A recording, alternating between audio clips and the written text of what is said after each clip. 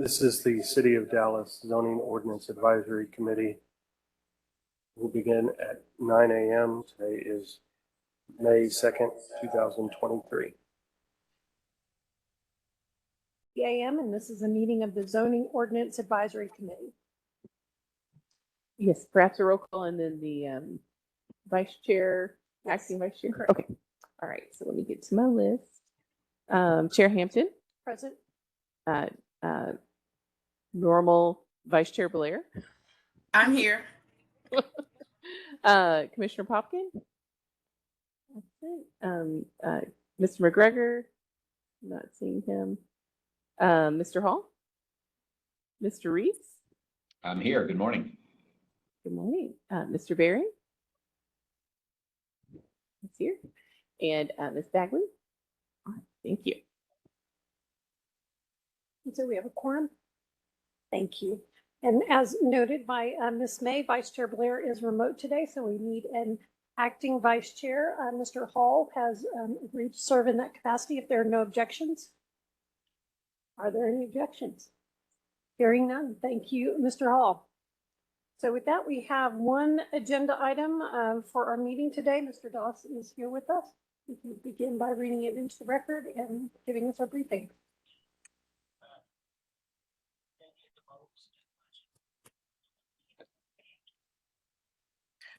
I always do this. Vice Chair Blair, you're not muted. Oh, I'm sorry.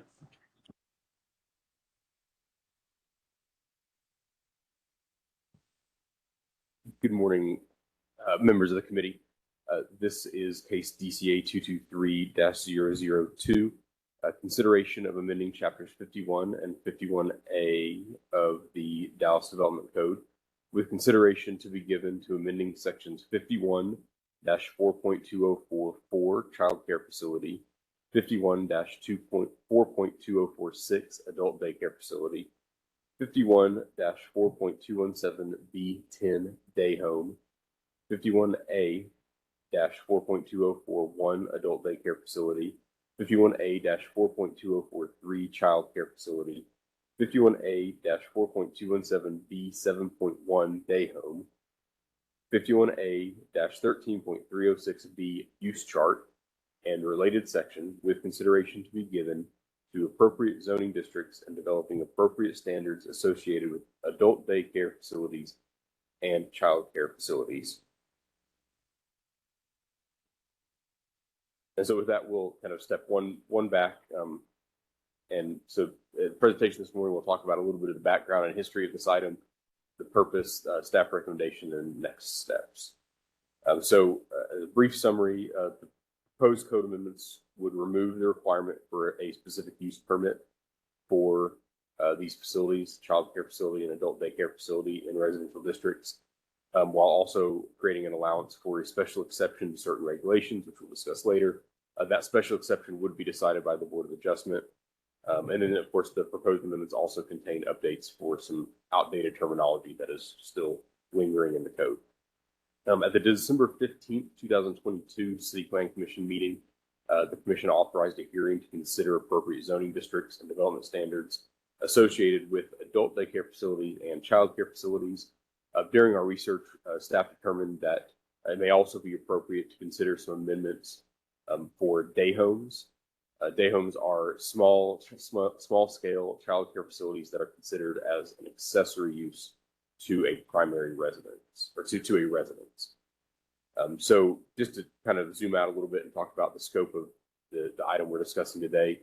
On the left there, you see we're discussing three specific, these are separate uses within the development code: child care facility, adult daycare facility, and day home. You recall day home is that accessory child care use. What we're not discussing today, it's not included in the scope, are public or private schools, convalescent nursing home, hospice care, and related institutions, handicapped group dwelling units, boarding homes, assisted living, retirement, housing, or other institutional or residential uses. So any kind of standards that may be related to those other uses aren't within the scope of our discussion today. So I want to take a second and talk about the current use chart. So we've kind of combined on the left side of the screen on this chart, we've combined all of our retail office uses because those are all treated the same. And you can see that childcare facility are essentially permitted by right in non-residential districts and by SUP only in the residential districts. And then also as a limited use in office districts. I'm about to sneeze. Oh. False alarm. It'll come back later, don't worry. And then also in the MF3A and MF4A zoning districts, if a main use of child care facility or adult daycare facility is proposed, it requires an SUP, but it is also permitted by right as a limited use in those MF3A and MF4A districts. The only difference between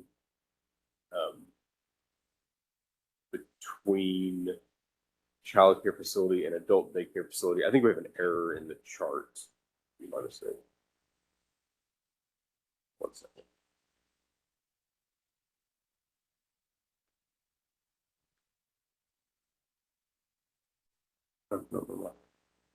So, yes, so there's really no difference between the districts for child care facility and adult daycare facility. And then on the right there, day home, of course, as an accessory use is permitted only where residential is permitted, and there must be a main residential use on the property. So it's kind of not a strict by right permission to operate a day home, but there has to be that residential main use in operation. So we took a look at some of the more recent SUPs for child care facilities that have been approved. Typical conditions include a site plan and the requirement that the development, that any development that occurs be consistent with the site plan, hours of operation and expiration date, a building size limit, and fencing standards. Those are pretty common. In discussion with current planning, a lot of those items, particularly building size limits, are just driven by the applicant. They have a building they were planning to build, and because the SUP has a site plan attached to it, and that has a square footage for the building attached to it, we also have to write that into the SUP conditions. So if a particular SUP condition, one of the recent ones said something like 2,700 square feet is the maximum size for this use. Again, that was just driven by, that was the plan of what they were going to build. It wasn't driven by any land use rationale to say, well, 2,700 feet should be the maximum for any given reason. It's just what they were planning on using. And that seems to be pretty typical for those. Of course, there are likely some exceptions to that, but in the most recent ones, based on my discussions with current planning staff, they didn't come up with those ideas. Those were from the applicant. So there are some existing standards in the development code that address the compatibility of non-residential uses when they are present in residential districts, and compatibility of non-residential uses near residential uses or residential districts. So, for example, front yard parking in residential districts is prohibited for non-residential uses. Remote parking is prohibited in residential districts. Parking, loading, and garbage storage areas must be screened from residential properties. There are parking lot lighting standards that apply. There are landscape buffer requirements between non-residential and residential uses, and there are business signs that are present in residential zoning districts must follow non-business sign regulations. Signs are a tricky subject for me, but essentially there are limits on signage and all these other kind of typical things that occur. So to kind of, again, I'm going to zoom out again to look at childcare needs. This is just a screenshot of an interactive map from the website childcaredeserts.org. Essentially, this map is showing the orange is a scarce supply of childcare, and the blue areas are a more abundant or adequate supply of childcare. And as you can see, Dallas as a whole. When you reach the blue area on the north of this map is Plano. The west area over there, the blue is Arlington. So kind of get you oriented.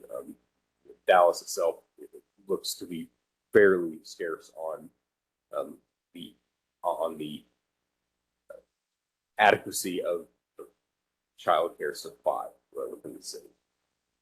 And then as we kind of shift to adult daycare needs, you can see this projection from 1960 to 2060 this is a population pyramid. I don't know how many of these I did in grad school, but as you can see, ages are on your y-axis, and male is blue, female is orange. And as you can see, moving from 1960 to 2060, the age range of the bulk of the population is going from 0 to 4, that kind of younger range on the left side. The larger population groups are younger to, of course, as those same people age, they move up in age brackets. So we have a more, it's not a pyramid anymore. There's more middle-aged and older people than younger people. So as those people age, their needs change, and the services such as adult daycare and adult day services, those needs grow. So we looked at several sources. This is a chart from the planning something. The APA put out a planning report on the United States aging, and as you can see, it looks according to this chart, by 2035, if I can see that correctly, there will be more adults age 65 and over than children under 18 in the United States. So we'll see that clear need for more services for older adults. And based on surveys that have been done by the AARP and other organizations, there is a desire for those aging adults to stay in the community that they live instead of having to move to a different location. So allowing both childcare and adult daycare uses to operate without an SUP in residential districts would remove barriers, provide access to care services for the vulnerable populations, the young and the elderly, within their communities. So we have about, I think, 6 recommendations. I'll go through those one at a time. So first recommendation is to combine the main uses of adult daycare and child care facility into one use. It would be called child or adult daycare facility. The current standards are essentially identical, including the permitted districts and additional provisions. Recommendation 2 is to permit that new use of child or adult daycare facility in residential districts by right, remove that SUP requirement. We're also recommending to prohibit adult or child or adult daycare facility, that new use, in CS, commercial services, and industrial districts. Currently, it's allowed by right there, but because the young and the elderly are a vulnerable population, we are recommending to remove that use from those districts. Item 4 is to add a provision to that new use that allows the Board of Adjustment to approve special exceptions to outdoor recreational structures and parking and setbacks. Item 5 is to update the accessory use called day home, to update that definition to allow that use for adults and children. Currently, day home is only for ages 14 and under, I believe. So we recommend expanding that accessory use to be for adults or children, increasing the maximum number of attendees from 10 to 12. That number includes any household members that are any members of the household of the operator that are being cared for. That just aligns us with state licensing standards for these uses. And then item 6, we recommend we update some outdated references and terminology. The easiest example is currently our code still talks about the Central Education Agency, which no longer exists. It's been replaced by the Texas Education Agency. So we are just recommending we make a few of those minor updates. We are also, we wanted to spend a little bit of time specifically talking about parking. We are recommending that parking ratio, currently the ratio is a minimum of 1 space per 500 square feet of floor area. We are recommending to remove that requirement and not specify a minimum off-street parking ratio for this use. essentially, we believe that is a higher number than is necessary, and the appropriate number of parking spaces vary based on location, operation plans, and other unique criteria. So we recommend that each facility be permitted to discern the appropriate number of parking spaces that they need for employees and customers as their needs dictate. And I was able to get some information from our friends who know more about this than I do. This is a screenshot from the 5th generation of the ITE parking generation manual, fifth edition, sorry. On this chart, kind of circle. So every X on this chart is an observation. I think we filtered this to be the past 5 years of observations, I believe. Is that right? 13, okay. So the past, we're using 13 years of observations here. Those are the X's. On this one, on your Y-axis is the actual number of parked vehicles. It's not spaces, it is actually vehicles parked at that facility. And on your X-axis is thousands of square feet of floor area. So, for example, this X on the far right, that's a facility that has 10,000 square feet of floor area and has somewhere between 9, maybe 10 cars parked at that facility. So I just want to highlight specifically how we have 3 facilities that are all sitting at around 8,000 square feet.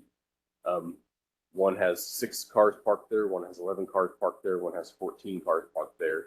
And then we have a 6,000 square facility that has 23 cars parked.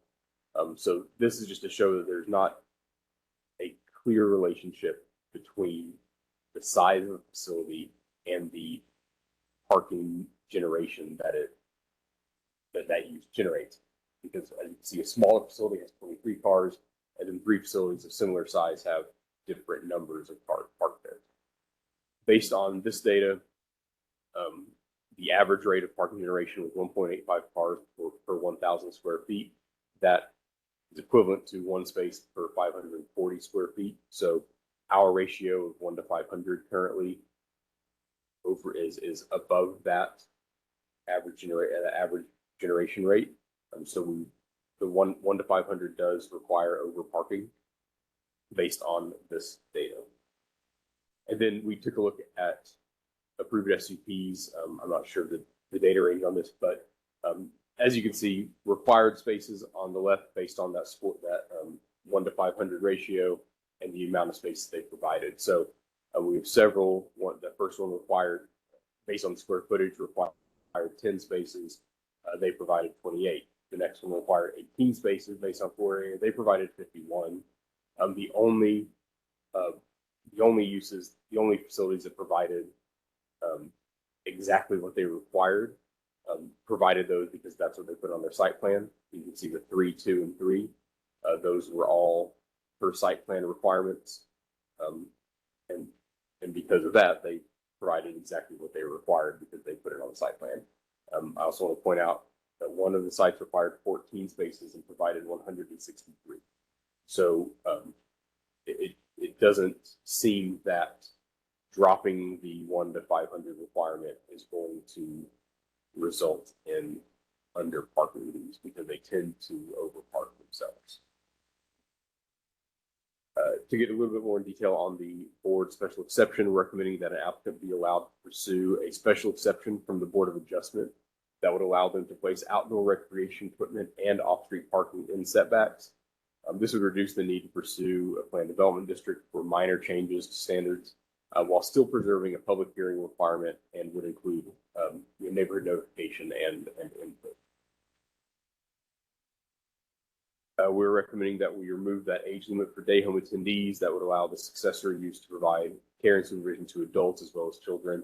And again, to align with state licensing limits, we're recommending that attendee limit increase from 10 to 12. And again, that does include attendees that are children of or household members of the operator of that accessory use. And then, as I mentioned before, we're recommending we change some references, like Central Education Agency to Texas Education Agency.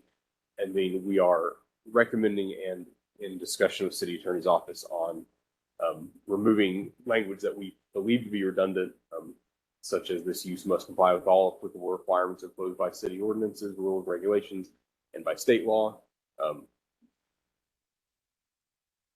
Again, we're in discussion on if that language is actually necessary. Of course, they have to comply with city ordinances. That's what the ordinance is for. So we're recommending we delete that, but as we further our discussion with the city attorney's office, there may be some changes to that. They may tell us we're not allowed to do that. So that next steps for this case would be, of course, discussion, we're here for questions, and then when the committee is ready to make a motion and move it to City Planning Commission, we'll take it to them. Thank you, Mr. Doss. Members, questions? Mr. Hall. And members online, I will just, there you are, you're back. You were very small on the screen, so you were going to have to speak up, but you're now larger. So we're starting with Mr. Hall. Mr. Doss, would you go back to that chart of the location of daycare of facilities within the Dallas area? And The orange and blue. while he's pulling that up, I'll note that Commissioner Popkin has joined us. Mr. McGregor is also with us, and I want to acknowledge that Commissioner Deborah Carpenter is also in attendance today. So the orange is sort of a daycare desert, and the blue is sort of there's adequate daycare facilities. Is that what you said? That is correct. The methodology behind this map is a little bit complex, but essentially, when this organization created this map, they have a layer of child care facilities, so they know the locations of facilities. They look at a census tract and they say, I believe they say if there are if there's no child care facility in that census tract, then that will qualify as a desert. Or if there are, I don't want to lie to you, I'm just going to read it off the page instead of make it up as I go.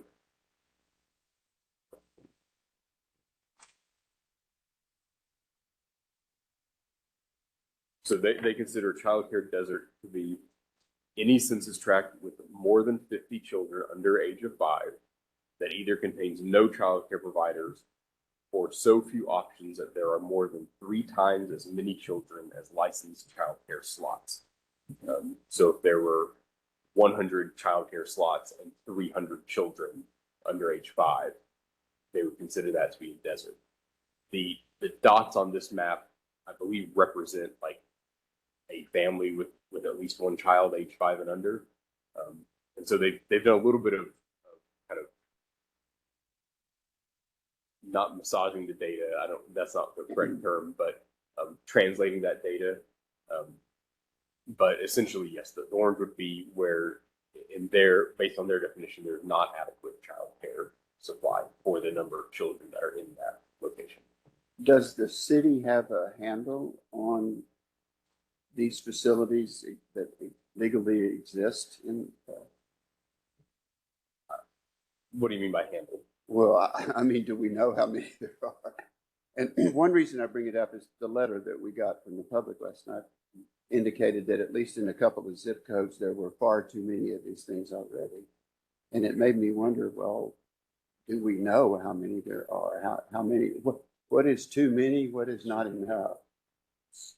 So I have a feeling that they're talking about like in-home daycares. I've never heard of anyone say we have too many child care facilities, just in general. So my gut is that we're talking about in-home daycares. And if it's a day home and is an accessory use as we consider it, there's no CO requirement. There would be a state license. There is still a state licensing requirement for that. But there would be no CO, so we wouldn't have a direct data source to go look at. In terms of COs for child care facilities in general, I can pull that. I don't like using that interface, but I can do it. Probably a little easier to go through the state and ask them to provide a list of licensed facilities. They're probably the easiest. Yeah. Well, Yeah. and I realize it could be different people will have different impressions or opinions of what's too many or not enough. But that just piqued my interest because I thought, what's too many? Okay, thank you. Ms. Bagley? Oh, yes, Mr. Reeves, will go to you. Okay, I've got a question really as to what triggered CPC to ask for this adjustment. The City Planning Commission authorized here, I believe Vice Chair Rubin authored the memo and circulated it, got signatures, and then they. No, but no reasoning, no flare up, no. Would you like me to address that, Mr. Goss? I would not feel comfortable characterizing the City Planning Commission's I'm sorry. discussions. I offered to address the question. And so I was one of the signatures on the memo. We had a number of recent cases that had come through in multifamily projects where daycares that required an SUP came through. They were within those multifamily projects as an amenity for the residents. I think one of them may have also been making it available to the surrounding community, but it was primarily something that was related to the multifamily use, which then led to a conversation. We have had a few others, I think they were mentioned in our letter, where there were independent that had more community engagement related to it. But that was the context of the memo, was we were seeing some that were coming through without really objections that weren't a true amenity, if you will, as a part of a multifamily project. I do see this as a compassionate need, but I do am concerned about a couple of things. Is how it says get neighborhood input at the building official level. How does that happen? It's in your thing, you get the neighborhood input. I don't, when you have an SUP and you have public notice, you have an opportunity, although a lot of times you don't get it. How do you see that neighborhood input is going to be there? And I had that question before we got the letter last night. So Sure. So that there's a line in there about preserving neighborhood input. That's for those special exceptions. So for things like allowing parking in the front yard setback only for that. or outdoor recreation equipment. But Only for that. Only a special exception. Because we see a lot of times, I just worry about that neighborhood preservation and seeing these be able to just come in to any neighborhood. We've already had a really intense experience with short-term rentals where you have a proliferation. I wonder about you have somebody that can just come in, go to the building official, get a state license on a 50-foot wide lot and put 12 people in there and get exceptions to, I'm getting that one, get exceptions to the parking, get exceptions to the side building line. How do you protect their adjacent neighbors? Is there any spacing requirement? You don't have a spacing requirement. So these are just my questions. How do you address those? so one thing that to note currently is that could happen today under the day home accessory use with no CO, with no check by the building official, with no inspection whatsoever. It would only be go get your state license and you don't have to talk to the city at all. So that currently is the state of things under the accessory day home use. Now it's only for children, but that is a possibility today. Staff does feel that the items that address that compatibility of the non-residential uses to residential uses, such as the landscape buffering and the screening, those sorts of things, our recommendation is permit them, and we feel that those standards would be adequate. They would be coming in for a CO, they'd be doing inspections to verify that those things are in place. Thank you, Ms. Bagley. Mr. Reeves? Yes, do you mind pulling up the slide on the parking that you did, that the one that showed like 168 spaces where 14 were required? Got a question about that.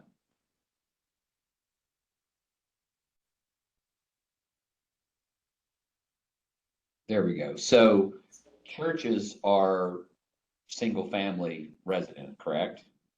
Zoned? Sure, yes, houses of worship are permitted by right in residential districts. Right. So the fourth bullet from the bottom required 14, provided 163. I would bet my next paycheck that's a church. Or at least like something where obviously on Sunday morning, I need all my parking spaces, but Monday, Tuesday, Wednesday, Thursday, Friday morning, I do not. Correct? I'm getting the nod that is in fact a church. Okay, good. So someone paid me my next paycheck. I was right.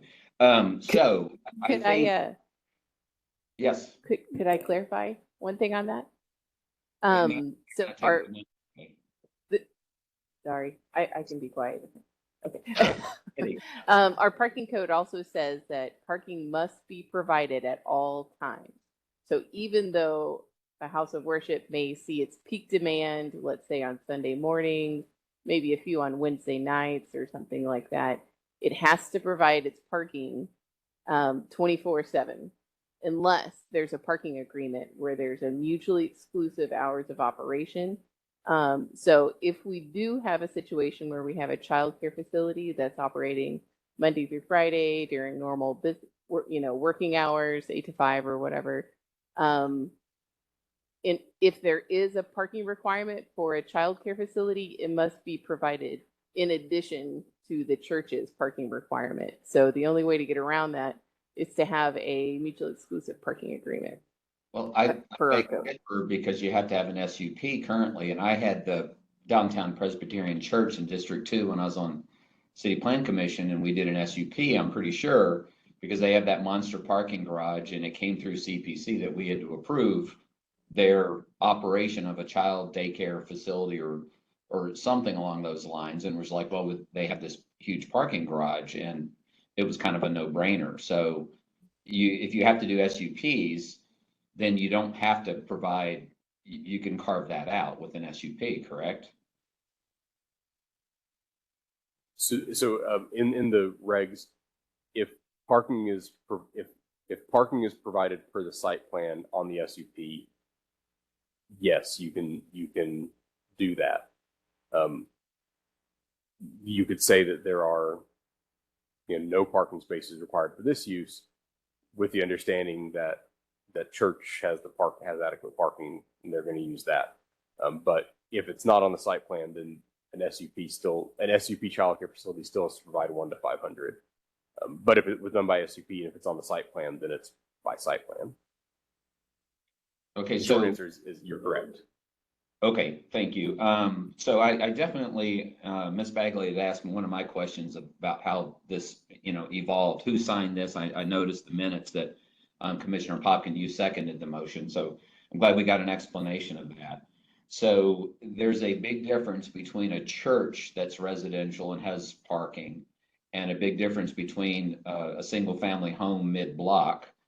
And, I have a problem with, at the bottom of page 4, it says also neighborhood scale facilities that are located within a community are likely to encourage transportation services provided by the daycare.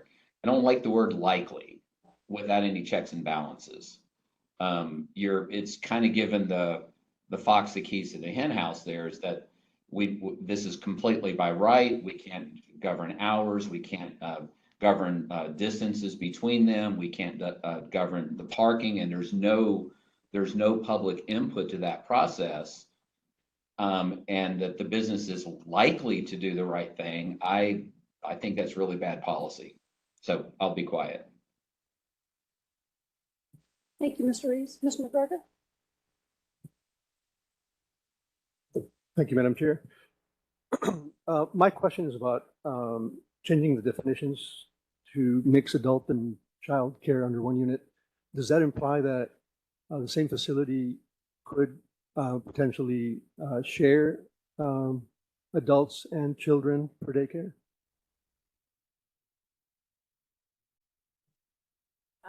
It's possible. I mean, I'm sure the state has plenty of standards that require protections for both, age groups. And that, yeah, that's my concern specifically. And I bring this from having worked with an organization that ran a youth program. And it was very, and this youth program applied to kids under 18 or 18 and under. And the precautions were very significant in terms to protect from sexual misconduct. The youth group was very, they went through extra effort to make sure that to protect the youth. So in this case, I can see that being a problem, and I would want to hear from someone in the know in the industry or in social services to understand whether or not that could potentially create a problem. Thank you, Madam Chair. And I'll have more questions later. Members online? Question. Commissioner Blair, is that you? Yes. Thank you. You just popped up. Thanks. We're getting Um, some feedback.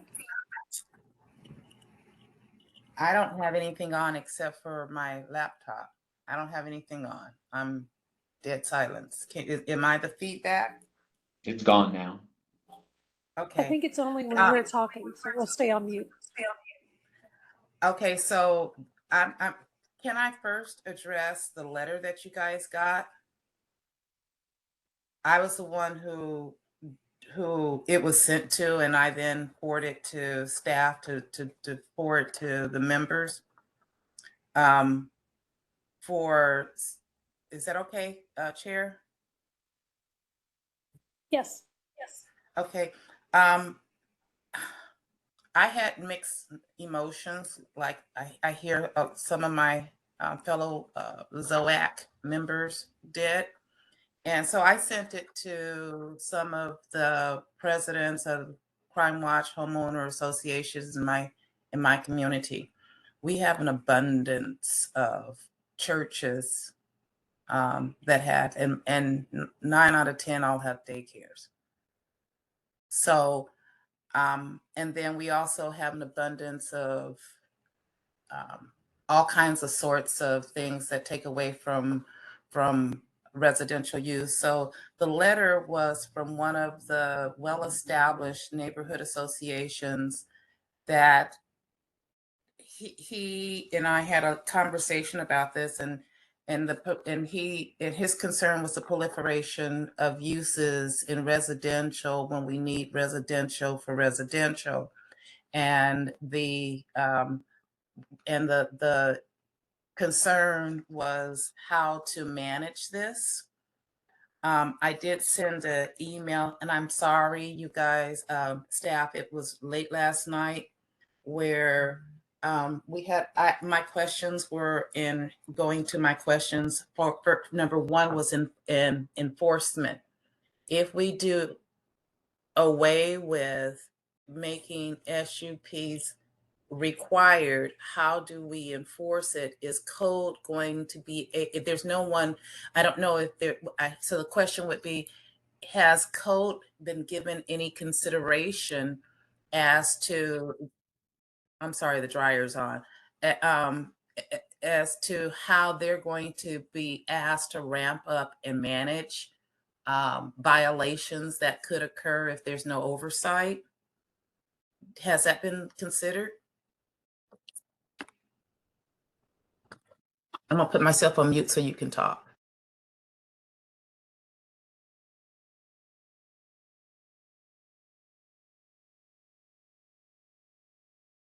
If you guys are talking, I can't hear you. Can anybody else hear staff?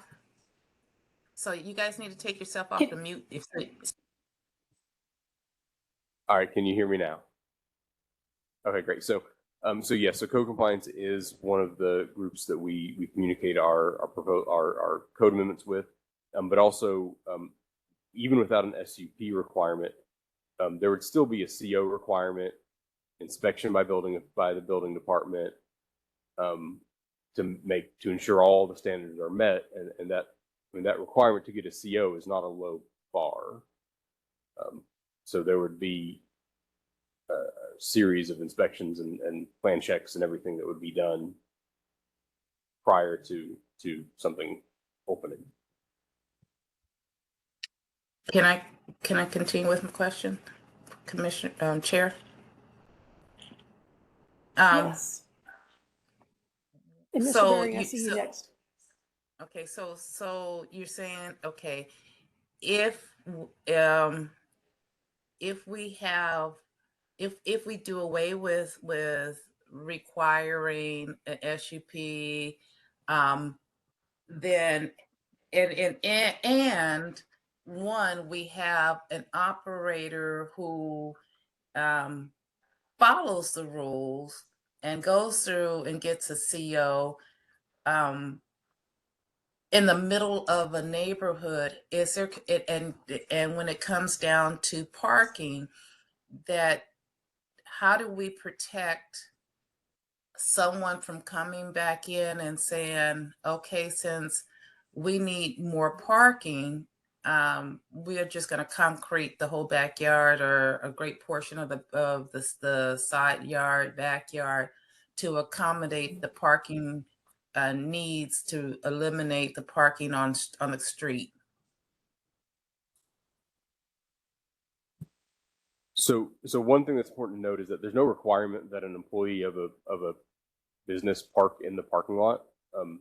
Anybody can park on the street today, no matter what. But so there are, of course, space limits. There's only so much space on a 50-foot lot or a 75-foot lot to build things. They would have to go through the development review process to do that. They would have to meet all of the screening requirements and all of the other requirements for non-residential use adjacent to residential uses or districts or within residential zoning districts. So again, there would not be the ability to just come in and start changing stuff as a change to the development of the location. They would have to come in for review. And I'll add to that about your question on paving the entire backyard to be a parking lot. 2,000 square feet is a pretty small area. And if someone was to add impervious paving in excess of 2,000 square feet, then they must comply with Article 10, our landscaping code. So that's generally how most situations where people just pay somebody to put out some asphalt wind up. They wind up in enforcement and with the arborist, and then they have to find a way for them to come into compliance with landscaping regulations. And we're also working on an impervious service code amendment here in the near future. My concern is that your assumptions are that, and I wished it was a true assumption, that everybody operates to the letter of the law. I'm just most uncomfortable with the fact that in my district and in my area, so I'm talking about more than just my district, we find operators. As soon as I stop, I'm gonna stop that dryer. I promise you guys. In my particular communities, I don't necessarily see a majority of people who operate to the letter of the law. So the SUP is the only protection my communities have that gives teeth to enforcement, especially since code does not have enough resources to manage the work that's already on their table. My concern with code is trying to add more work to someone who is more understaffed than our police department. And with that, I'm going to hush. Thank you, Vice Chair Blair. Mr. Bering.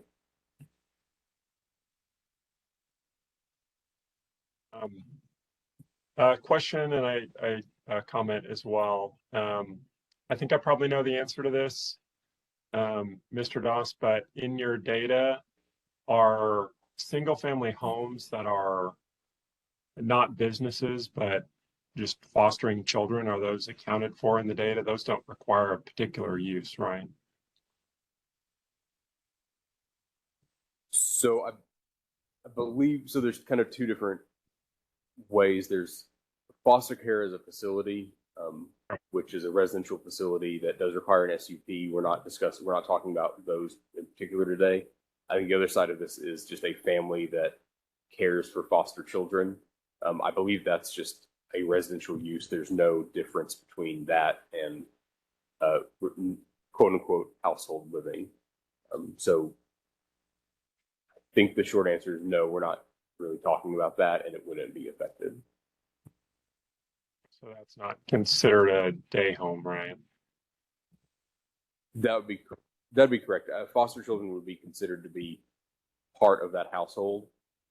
So they would not be, they would be, if a family had foster children in their home and that resident also operated a day home, the foster children would be considered, they'd be counted as attendees because they would be considered to be part of that household.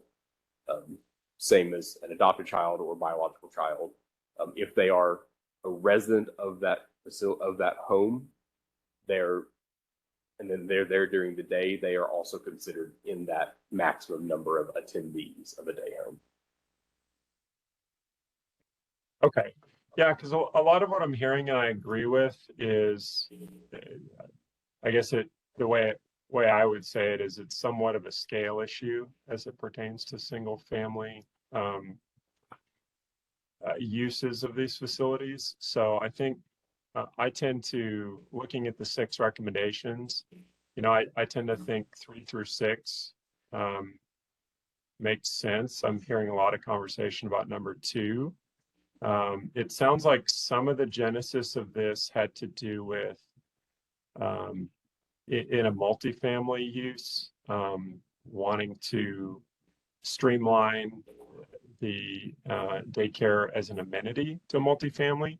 So I think, like a lot of these conversations, there's nuance to. All right, so I think like number 2, for example, I'm not on board yet to permit it in all residential districts, but I do think perhaps there's a consideration to separate out a day home, which, as I understand, would be a smaller scale operation, and maybe that's allowed in a residential district. But I definitely understand the argument for allowing it by right in multifamily as an amenity. So so many of these require a lot of nuance, but that's my 2 cents. Thank you, Mr. Bering. Members, first round. Any other discussion? Commissioner Carpenter? Yes. To follow up on what others have said, I'm hearing echo. Can you hear echo? Yes. We can hear you. We can't hear the echo, but I think we're having an audio here, so we're all trying to stay on mute while y'all are talking. Okay. I'll do my best. It's hard to talk when you hear yourself anyway. But I have a lot of concerns about allowing a commercial enterprise by right in this neighborhood, and I think it's a condition of this code amendment. I think it's Commissioner Blair was pointing out, I think there's a lot of possibility for problems that be created for adjoining neighbors when all of a sudden an applicant just has to go to building inspection and get a permit to open up a business by right. I think the SUP protection is needed there. To give one example, some daycares offer night hour operations, and I don't think anyone would want to live next to a commercial enterprise that has activity going on at night. And the code doesn't differentiate those things. I do have a question about the different standards for the day home, which is an accessory use, and the freestanding use. Because if I look at let's see, the standards. Find the, let's see.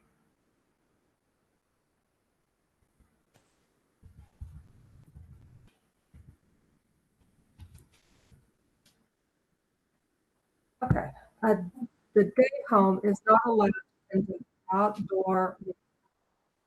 The day home is not allowed to conduct outdoor activities within the hours of 10 p.m. and 7 a.m. It also says they cannot conduct outdoor activities unless the activities are screened from the neighboring property by a fence at least 4 feet in height.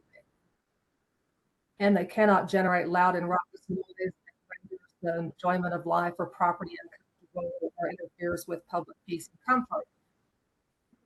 So I guess, one of my questions is, why would the rules for a day home be more stringent than a daycare or adult daycare? Okay. Commissioner Carpenter, can you hear us? Yes.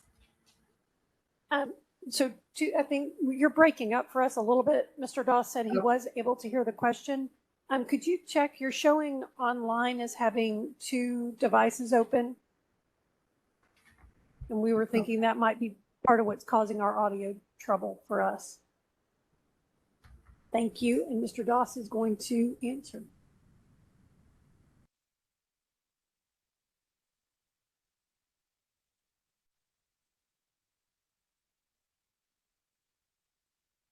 We cannot hear Mr. Dobbs. Commissioner Carpenter, I just want to make sure you can hear me. Yes, I can hear you. Great. Again, you sound a lot better too now.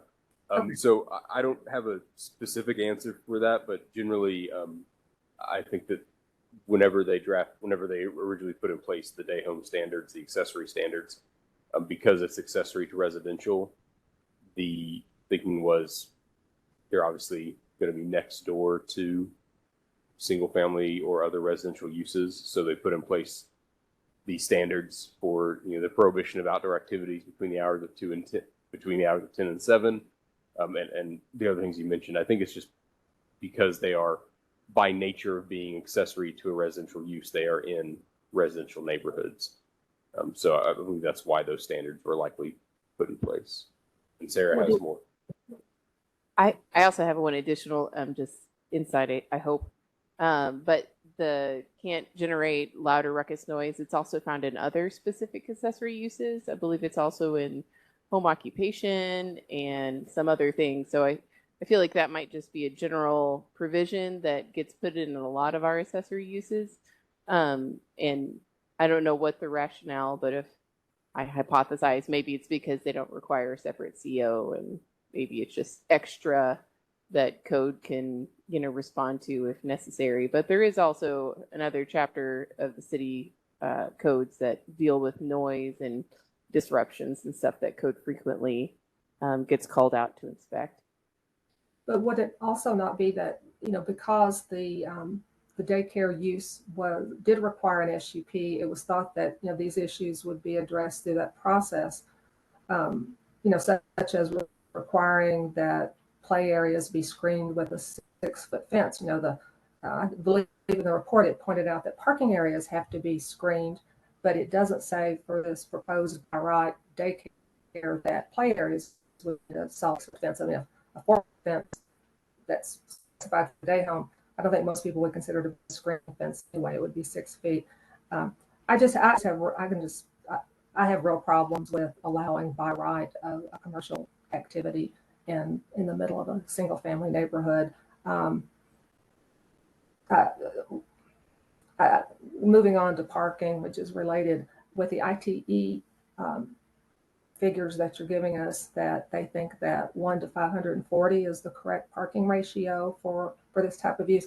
I can understand that you think it's overparked because we require 1 to 500, but I'm not exactly following the rationale for going from 1 to 540 to none. It seemed like one of the charts showed that most of the one that had the X on the line, the little X's, that almost all of these facilities they witnessed had at least 5 or 6 people parking there. I can understand not requiring extra parking for a daycare that is at a church. Because as Mr. Reeves pointed out, churches have an abundance of parking, and even if the development code requires that all that church parking be available all the time, I think it's common sense that, I can understand changing the code that if you have a daycare co-located with a church that you don't need to provide separate parking. But in say a single family neighborhood where someone takes an existing house or an existing lot and builds a proposed by right daycare center, to have no parking requirement would seem to be difficult. Especially when you have, you're talking about adult daycare where you have people with perhaps limited mobility or wheelchairs or walkers, that sort of thing, to have no provision for them, for a car to be able to park and help them get in and out would seem to be a problem. And tagging on to what Commissioner Blair was talking about with people paving their entire backyard, I have difficulty over here with operators of various businesses doing exactly that, and then code comes out and says that they can't prove it's just board, so they would look for. So the 10 doesn't come into effect because code can't positively prove that the pavement was just done. So I'll stop. Did you have a question on parking? Mr. Navarez is here with us. If you wanted him to speak to the parking information. Well, yes, I don't understand why, if the ITE is saying that 1 to 540 is probably the correct ratio for this use, why we're going to a proposal for none. And I'll stop there. So I'll defer Mr. Gosselin. Mr. Navarez, thank you. It's a fair question, Commissioner Carpenter, and as much as the data shows that maybe half of the data exceeds 1 per 500, while the other data shows that it's much less than 1 per 500. And I think that the ratio itself is indicative of an average. If we look at the SUPs that also Mr. Doss presented, you would see that, well, the majority of those data points that exceed 1 per 500 are providing in excess of what the code requirement provides. I think that the fact that there are so many types of childcare facilities and their operations vary depending on not just the amount of staff, but the number of students that each staff is in charge of overseeing daycare. It's more reflective of the actual needs of a parking requirement, and rather than a specific ratio. There is no ratio. I think that would be my bottom line. If you asked us to provide you with a strong opinion on a ratio for the parking needs of childcare, I would say it's all over the chart, the graph that Mr. Doss presented. There is just no one number.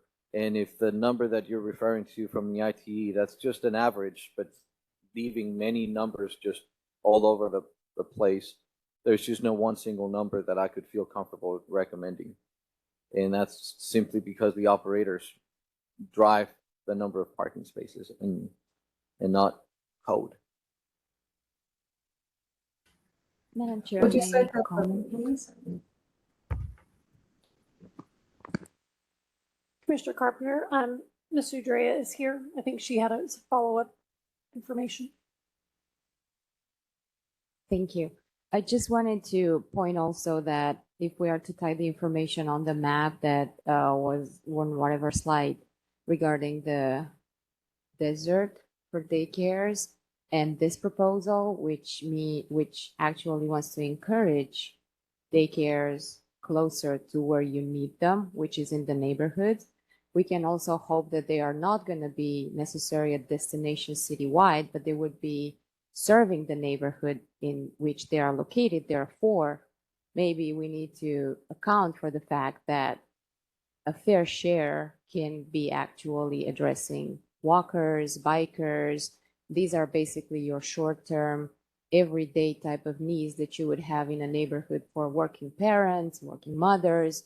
So I would like for us to simply consider that as well.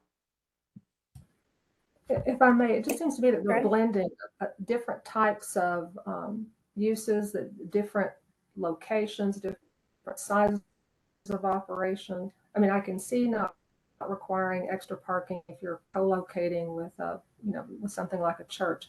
But say, even if we're providing the in-neighborhood services to, say, for adult daycare, those people aren't going to be walked or put on a bus. I mean, they're going to need to be driven there. So I think,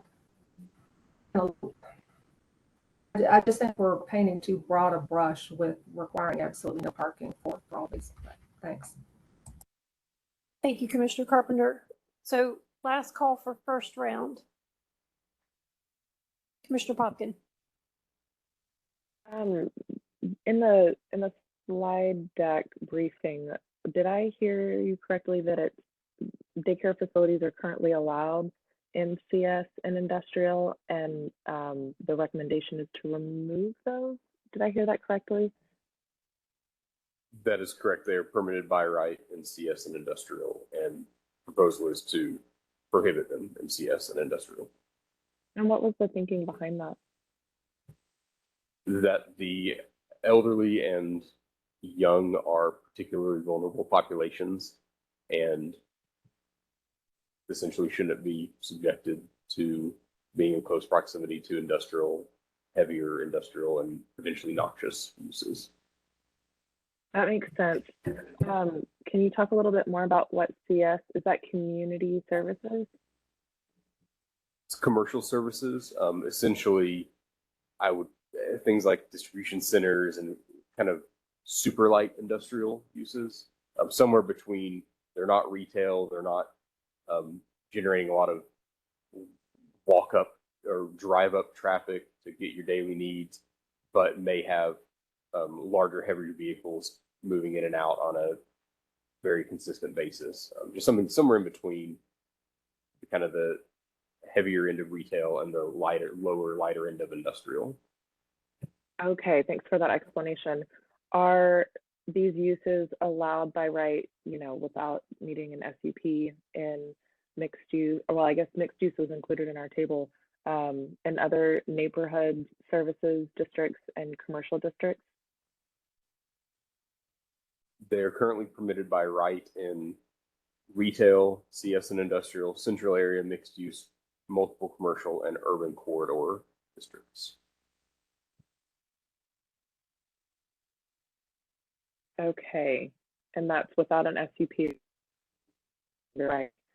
So we're really trying to just open up these residential uses, including mixed use and walkable neighborhoods and residential. That's primarily why that's our focus area today, right? So they are, again, they are permitted by right in mixed use today. The big change would be single family the R districts, single family townhome, duplex, clustered housing, and multifamily would go from SUP to by right. Okay, thank you for that clarity. I appreciate it. Thank you, Commissioner Popkins. So I think everyone has had their hand up at this point. So I'm going to start with Mr. Berry. Yes, I just wanted to take another look at the use chart. I believe there was a use chart in the presentation.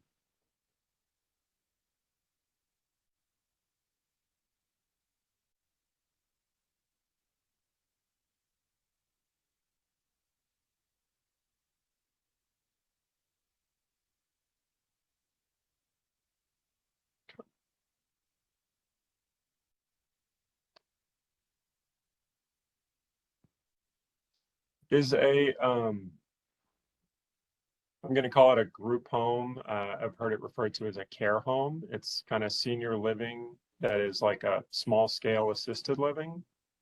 Is that considered adult daycare, or is that something different? Not included. Okay. That would be something different. So if they spend the night, we're not talking about it.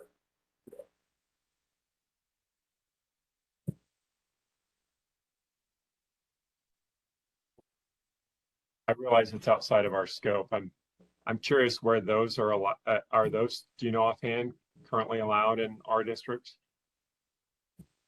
It kind of depends on what specific population they're serving. If it would be considered a handicapped group dwelling unit, which it could be, that those are permitted by right in all residential districts. Federal and state law requires that we allow those by right. And then the other retirement housing or, active adult communities, those would be permitted. Those are just different versions of residential, so they're permitted in residential districts. I appreciate that. I think what I'm getting at is these populations in general are folks that have a lower rate of car ownership. And I think just given quality of life concerns, there is both the concerns for potential disruption to single family neighborhoods, but on the flip side, right, I think the opportunity for folks to live within a more sort of normal blended environment. So, I think certainly things like these group homes, senior living kind of group homes, those should definitely be allowed, and perhaps consideration for these other three. Again, somewhat of a scale issue, in my opinion, when I consider a day home of 10 residents or less, it seems less likely to be a disruption, right, than something much larger scale in a residential area. So I do think there's some quality of life issues for the residents to consider here as well. So I appreciate it. Thank you. Thank you, Mr. Bering. I'm going to go Commissioner Blair, Mr. McGregor, and then I think I saw Mr. Reeves. And if others will raise their hands, we'll work through the list. I want to go back to transportation, parking. What some of the discussion was that was had, or we had, where it was said that public transportation.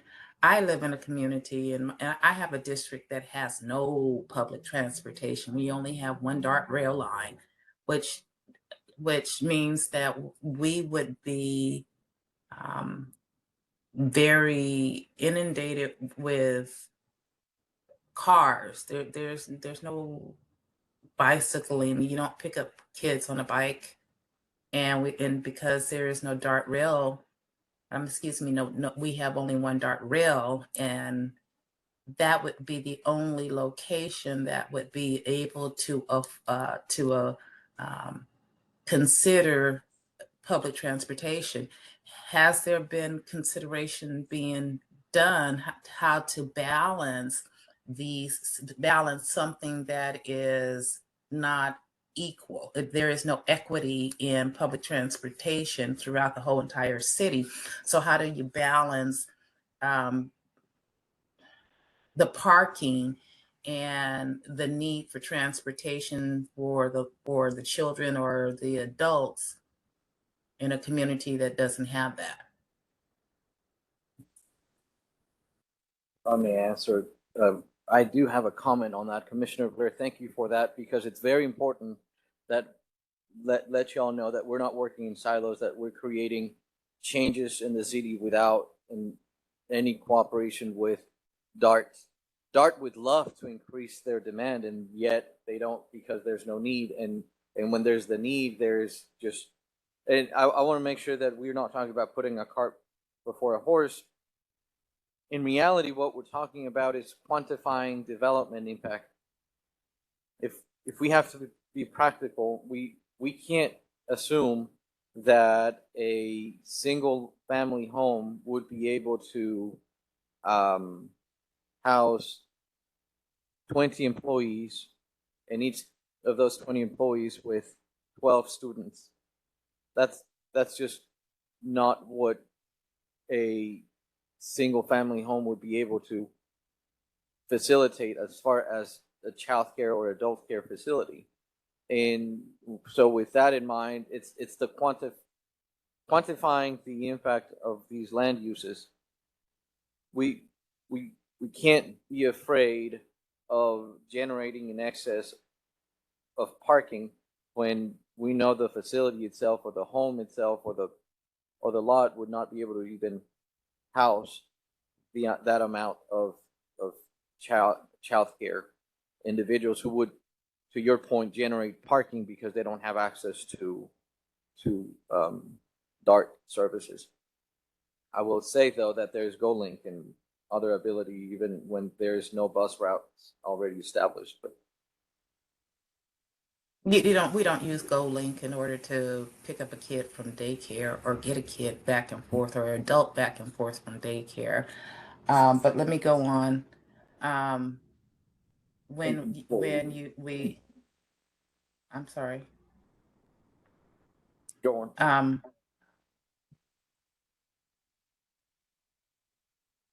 Okay. When we talked about not putting taking it out of CS, I don't, and I agree with Commissioner Popkins. I don't understand the rationale behind taking it out of commercial services district. I can understand industrial, although I have a lot of industrial with residential proximity that it becomes another equity thing that's saying that if you're in an industrial area, you shouldn't have a daycare or a adult daycare. How do we balance that too? Especially around industrial areas that has residential proximity.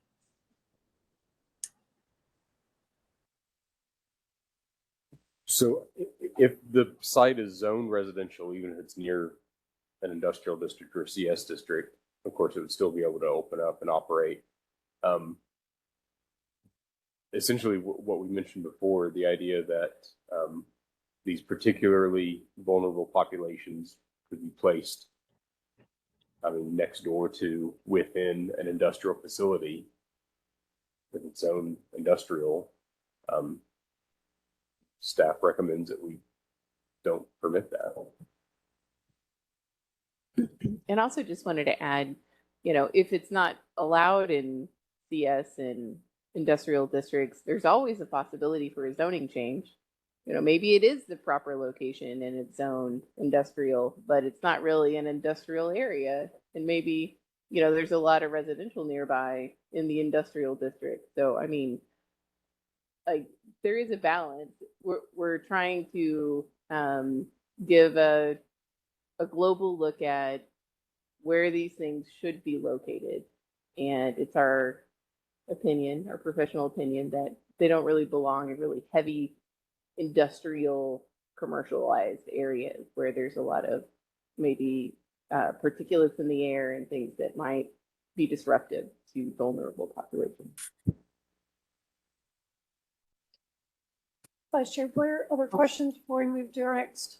No, go ahead and move on. I'm done. Mm-hmm. Thank you, Vice Chair Blair. Mr. McGregor. Thank you, Madam Chair. I have a couple questions and sort of an overall comment at the end. I want to pick up on not allowing them in commercial services and industrial districts. I understand the rationale behind it. I'm a little concerned about overreaching when we don't have information that tells us that, in fact, there's, let me get to a question on this.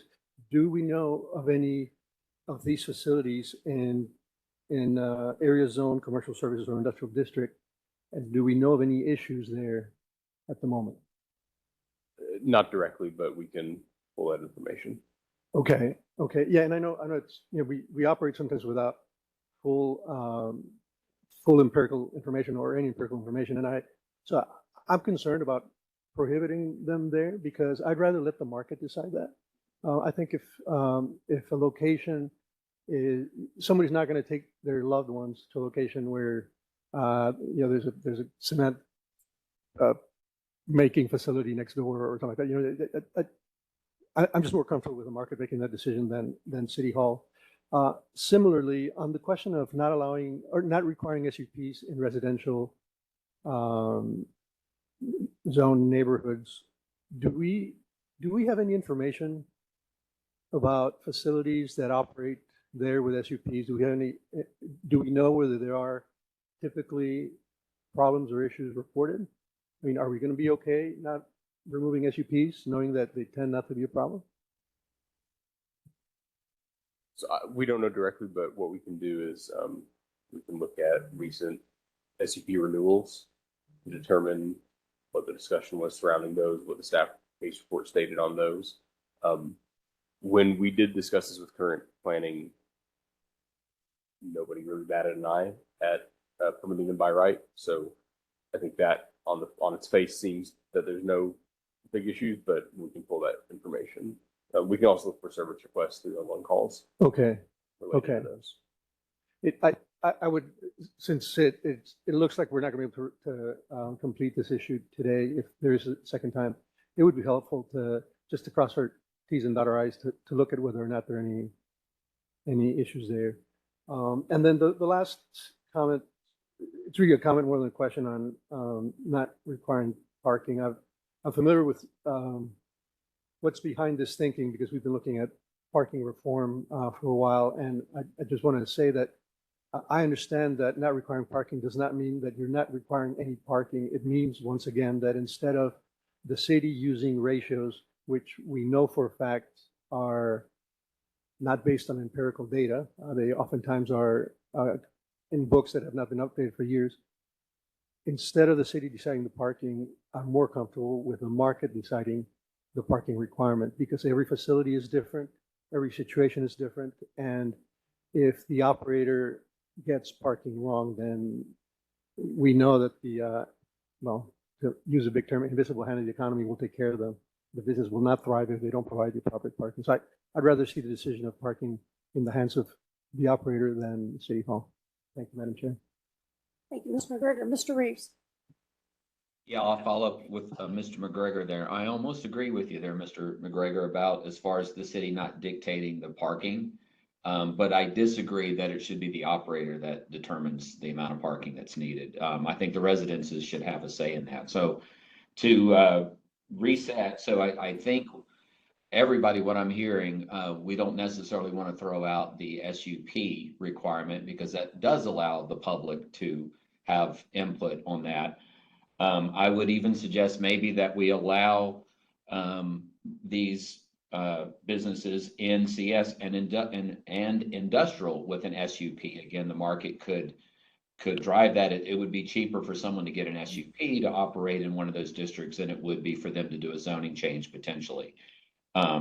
So my question is about if we go the SUP route and we have a minimum parking requirement, can the SUP determine, can the SUP either eliminate that parking or reduce that parking or potentially even increase that parking, or does it have to go to the Board of Adjustment for a variance? So currently, let me see the parking standards currently. So I'm sorry, my brain has to work for a second. So that's the case today. The SUP can be used to determine parking greater than, less than the ratio of 1 to 500.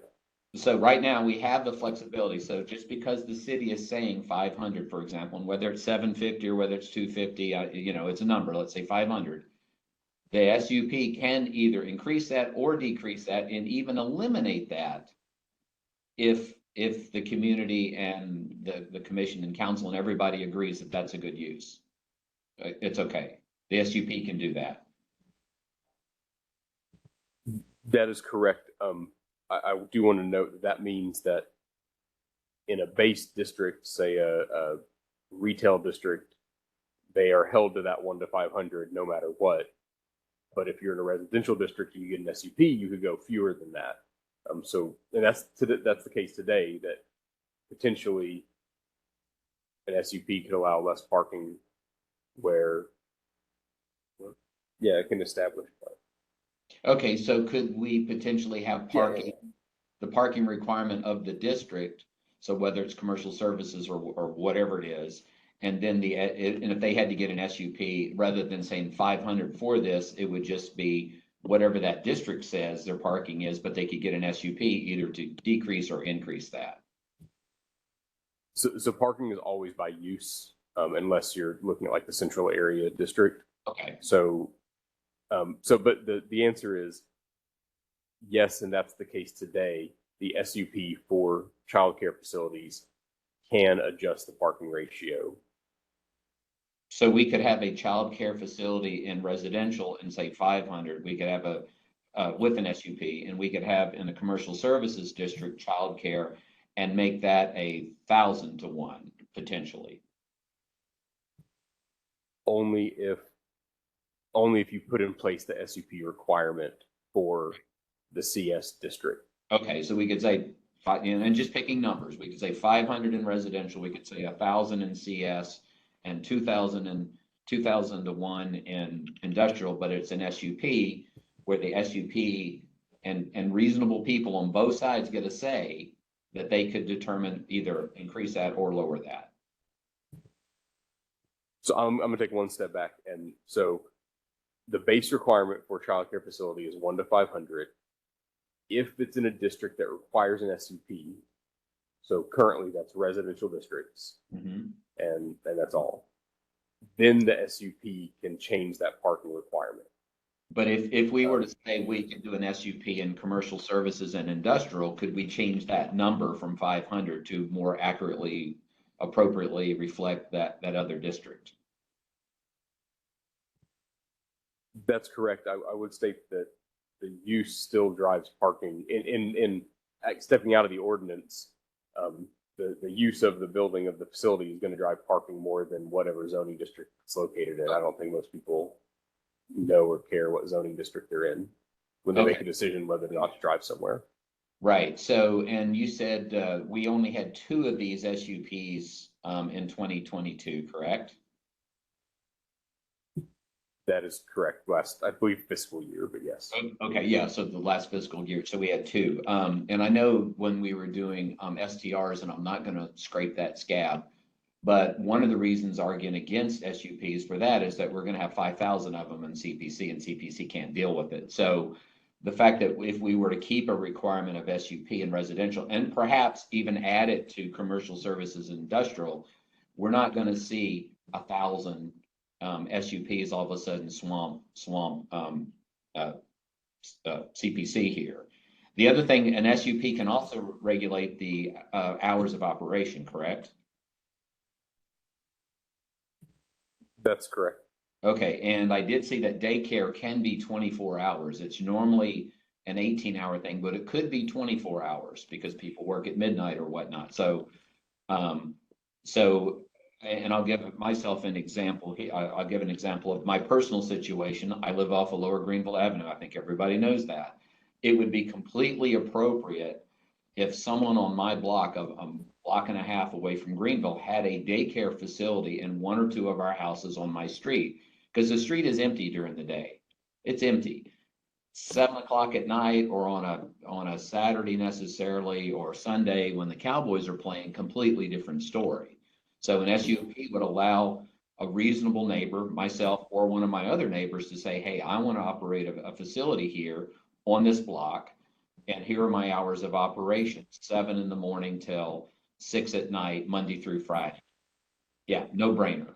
And that would be very appropriate. And maybe 2 people on my block. But if we started getting 3 people on my block, maybe that gets out of hand. So an SUP would be able to look at that too.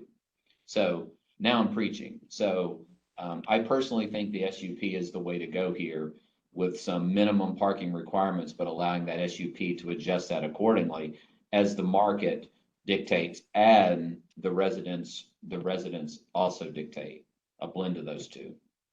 Thank you. Thank you, Mr. Reeves. Ms. Bagley? Back to the original intent of this was to provide daycare for adults and children, combine them together, in one use. So my problem with this is the single family residential, where, like Mr. Reeves just referred to, we start getting them multiple on the streets. So I think when you talked about having the daycare in multifamily, I think that could certainly be by right.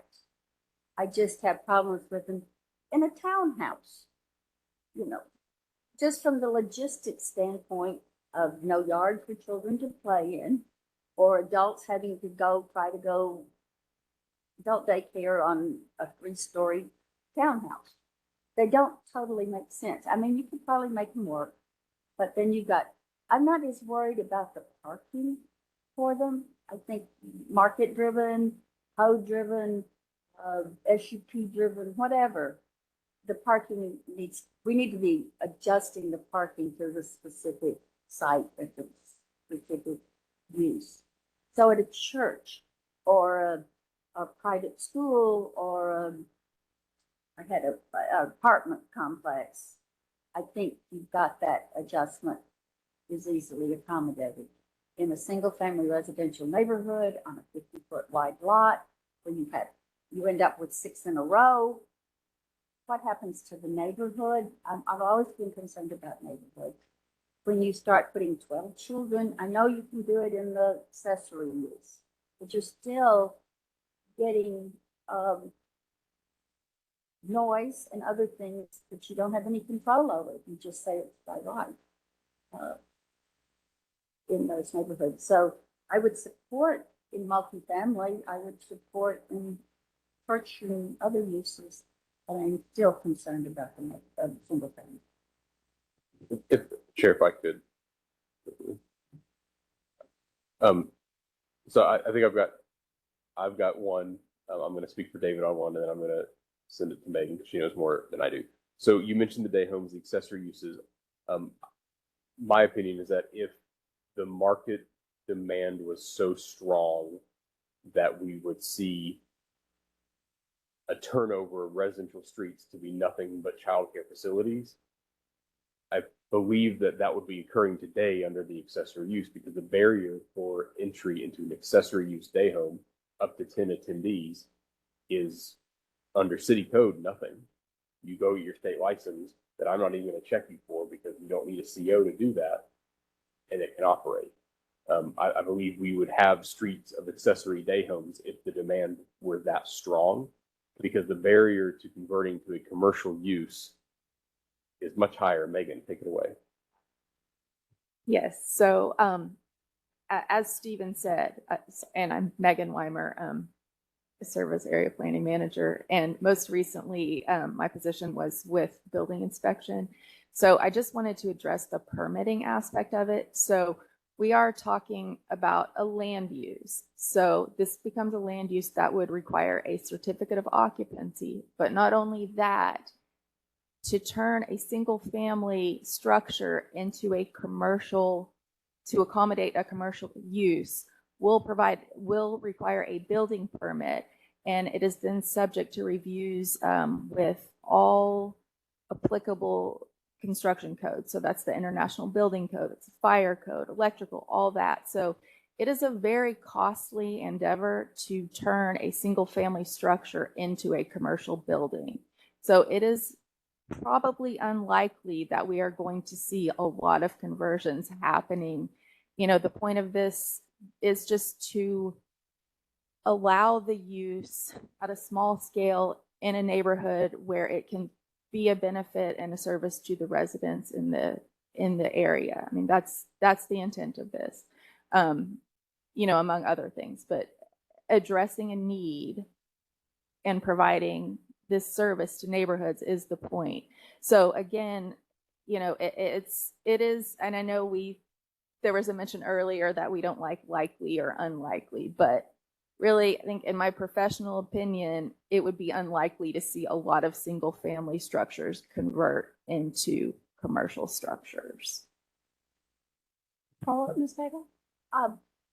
I wasn't looking at a total proliferation. I'm more concerned about one or two or three in a neighborhood that doesn't address the neighbors. You have no process in this for a neighbor, the next door neighbor has to come and file a nuisance complaint.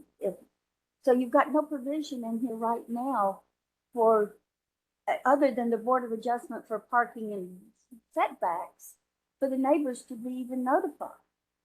Yeah, you're looking at it more as a home business, which you've got some of the criteria there that is a home business, signage and other things. But I'm concerned that we just are ignoring the neighbors when we don't have some way, either in the building permitting process or something, for neighbors to know that you've got a bunch of kids coming in next door that are going to be there from 7 in the morning to 10 at night or whatever the hours are, without their knowing about it. It's another business. It's a business coming into their neighborhood by right.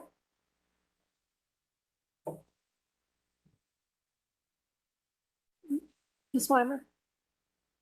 Yes, I mean, if proliferation is a concern, we could consider a spacing requirement. For example, like we have with handicapped group dwelling units. There are also additional provisions if there's something that, you would like to recommend that we consider as a additional provision that might address some of those concerns. But as is mentioned in the case report, I mean, there are already requirements in place to address buffering, screening. There are also state requirements that these childcare facilities will need to comply with, to meet. So, I mean, I think saying that there's no oversight is not a fair assessment. So I'll just leave it at that. Thank you, Ms. Weimer. Mr. Hall, or actually, Ms. Popkin, Commissioner Popkin, did I see your hand? Yes, and Mr. Bering also had his hand up as well online. So did I hear you, Mr. Doss, say that under an accessory use allowed now by right, it counts as an accessory use when there's under 10 people? I heard your voice fading. I wasn't quite sure what you had said exactly. What qualifies this as an accessory use instead of needing an SUP? So there would be a couple things. So to qualify as an accessory use, there's a provision that the operator is a resident of the premises. And then also there's the limit on attendees of 10 that we are proposing to increase to 12. Could you tell us where that is in the case report? Page 9 of the case report is the day home accessory use. So that's up to 10 people being served, whether or not they're residents, not including any caretakers? Correct. Okay. It seems like that the initial impetus for this the Lady family hasn't been the crux of the decision, but we're really concerned about allowing by right in single family. But I feel like we're getting a little closer to identifying how these uses are regulated. I assume in terms of nuisance noise that calling in a report to 311 or 911 would be the same process that one would undertake for a noisy neighbor throwing a party or any other nuisance in a single family residential neighborhood. Is that the process? That's correct. That we would propose. Okay. Are there other, I mean, I guess we end up leaning heavily on 311 to make any other types of complaints.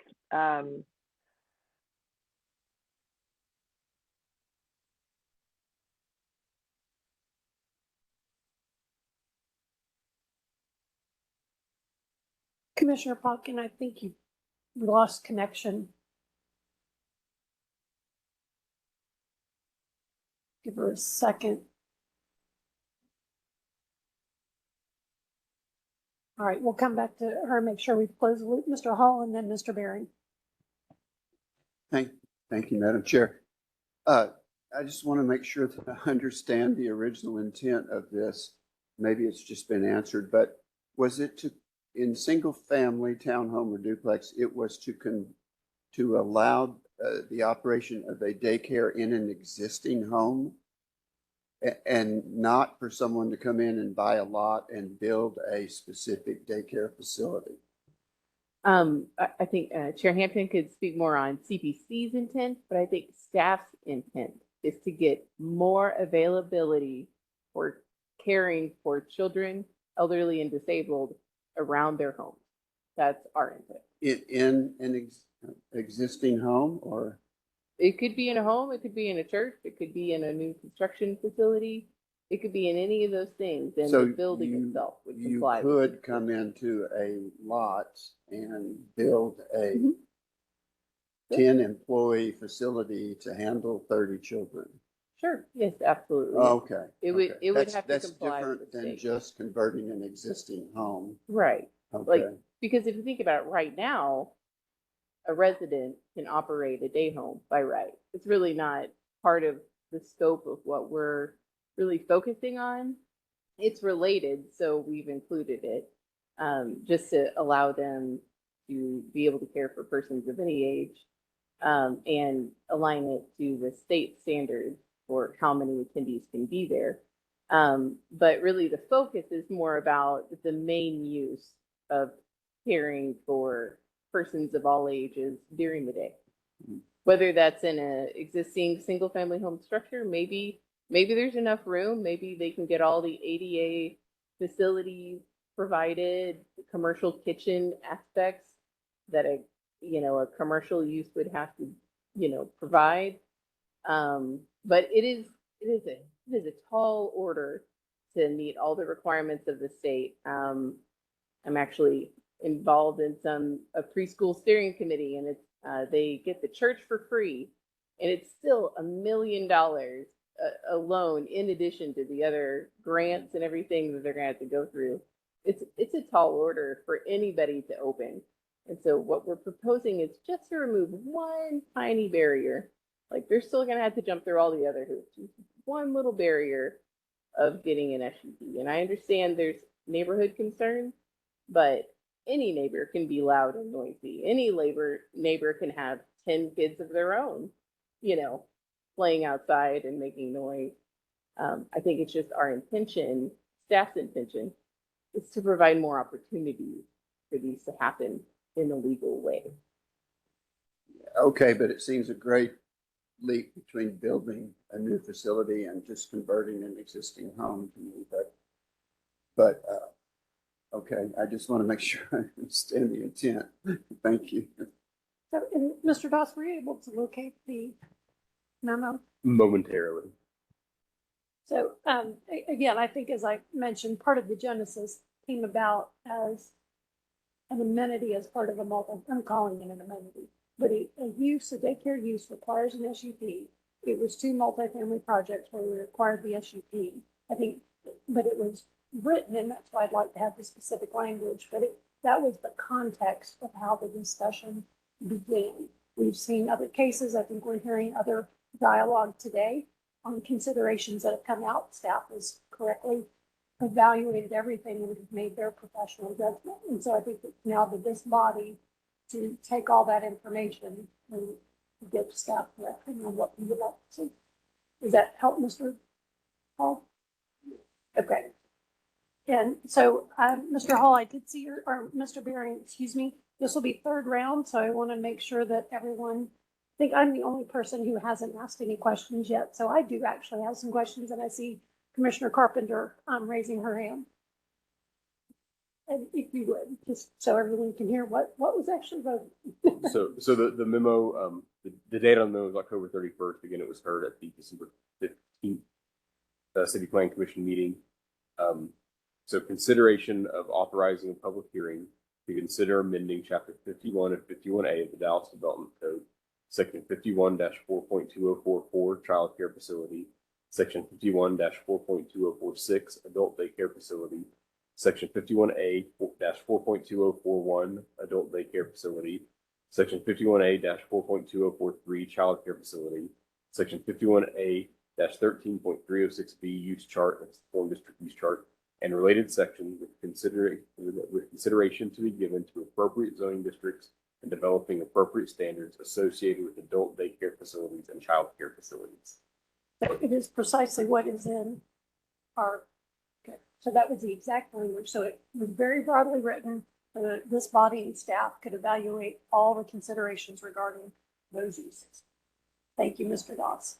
So I'm going to ask a couple of quick questions and then Commissioner Carpenter, I saw you, and then we'll go to third round. So one question that I had is, again, one of the cases that we're talking about was in my district. And so, we held our community meeting, we got community input, it was part of a multifamily project. Did staff give consideration to by right accessory use in other districts? So I know we have day home that is within the residential districts, but that would not apply, for instance, to multifamily. Is there any consideration given to that? It does apply because it doesn't specify single family districts. So you could operate a day home in a multifamily district. I've got to do some follow-up. I'm not sure why it wasn't permitted as an accessory in that multifamily project. Let me maybe restate it. I didn't say that very well. Day home is, I think we all think of it generally in a single family district. If it's a child care facility as an accessory use in a multifamily district. And Megan might be able to help me with that as well. But so the reason I think what you're thinking of is it allowed as a child care facility within an apartment complex community or whatever? And I think it would be allowed if the building official determined that it was customarily incidental to the main use of a multifamily. It would have to be 5% or less of the overall floor area of the structure, and it should be limited to the residents of the multifamily development. And I think if they could, I think the hardest bar, other than just the data-driven 5% who's going there, might be is it customarily incidental? Like, is that a common thing for an apartment complex to provide a child care facility? And so it would just be kind of a case by case. Okay. And so again, that might be because there's, and I will say most of them, you look at the scale of some of these projects and they are a small percentage, whether it's less than 5, it's probably an open question. And then again, if the larger intent here, and I think reasonable people may disagree, but it certainly would seem that there's, a consensus that serving the community is part of the goals of having child care available, not just specific to perhaps a multifamily community. So I was trying to understand that context, just in thinking about how broadly this is written versus some of the recent cases and where there may be other implications. I guess the other question that I was trying to understand is staff has identified this gap in the age groups that the current uses, child care is 14 or less, adult is 18 and above. Is there any evidence that that's been either a true gap in terms of service provided? Is that consistent with how state licensing occurs? As much as we're solving for what we see as a gap, is that truly a gap? So in terms of state licensing, I believe it's 13 and under. So we say under 14, I think the state says 13 and under. So it may be consistent with state licensing. However, regardless of that, there is still a gap where if you're 15, 16, 17, or 18, and you're not going to school, technically there's not a place for you to go in Dallas. The mall, I guess. Oh, well, I think we may have other facilities that may serve that purpose through, I can think of Boys and Girls Clubs and a lot of other opportunities. Last question that I just had, as staff was looking at the exceptions for the parking in the playgrounds, Was there any consideration, as much as that's being suggested to be allowed? I mean, there's a pretty substantial difference between having an open and unobstructed front yard to having a 6-foot fence filled with playground equipment. Should there be a percentage if that is thought about? Is there any considerations to honoring the intent of that versus filling it full of, and I will tell you, parking in particular is one that, we say no parking, but if it's allowed, and I think we just saw that there's a number of cases where the operators determine they need a substantial number, and you would certainly seem counter to the intent to pave the front yard and have a bunch of cars parked in the front yard.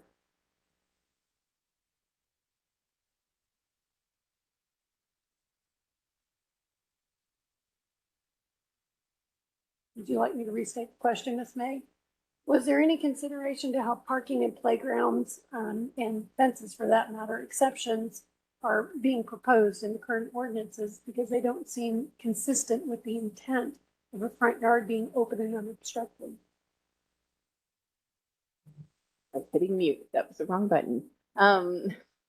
So right now, if you were going to have parking in the front yard setback, your only remedy is to go through the Board of Adjustment and get a variance to have parking in the front yard setback, in which you have to prove there's a hardship of the property, restrictive size, shape, or slope, that you cannot develop it in a commensurate manner as other lots in the same zoning. So it's a really high bar to meet the standards of a variance, to put parking in the front yard, to put structures in the front yard.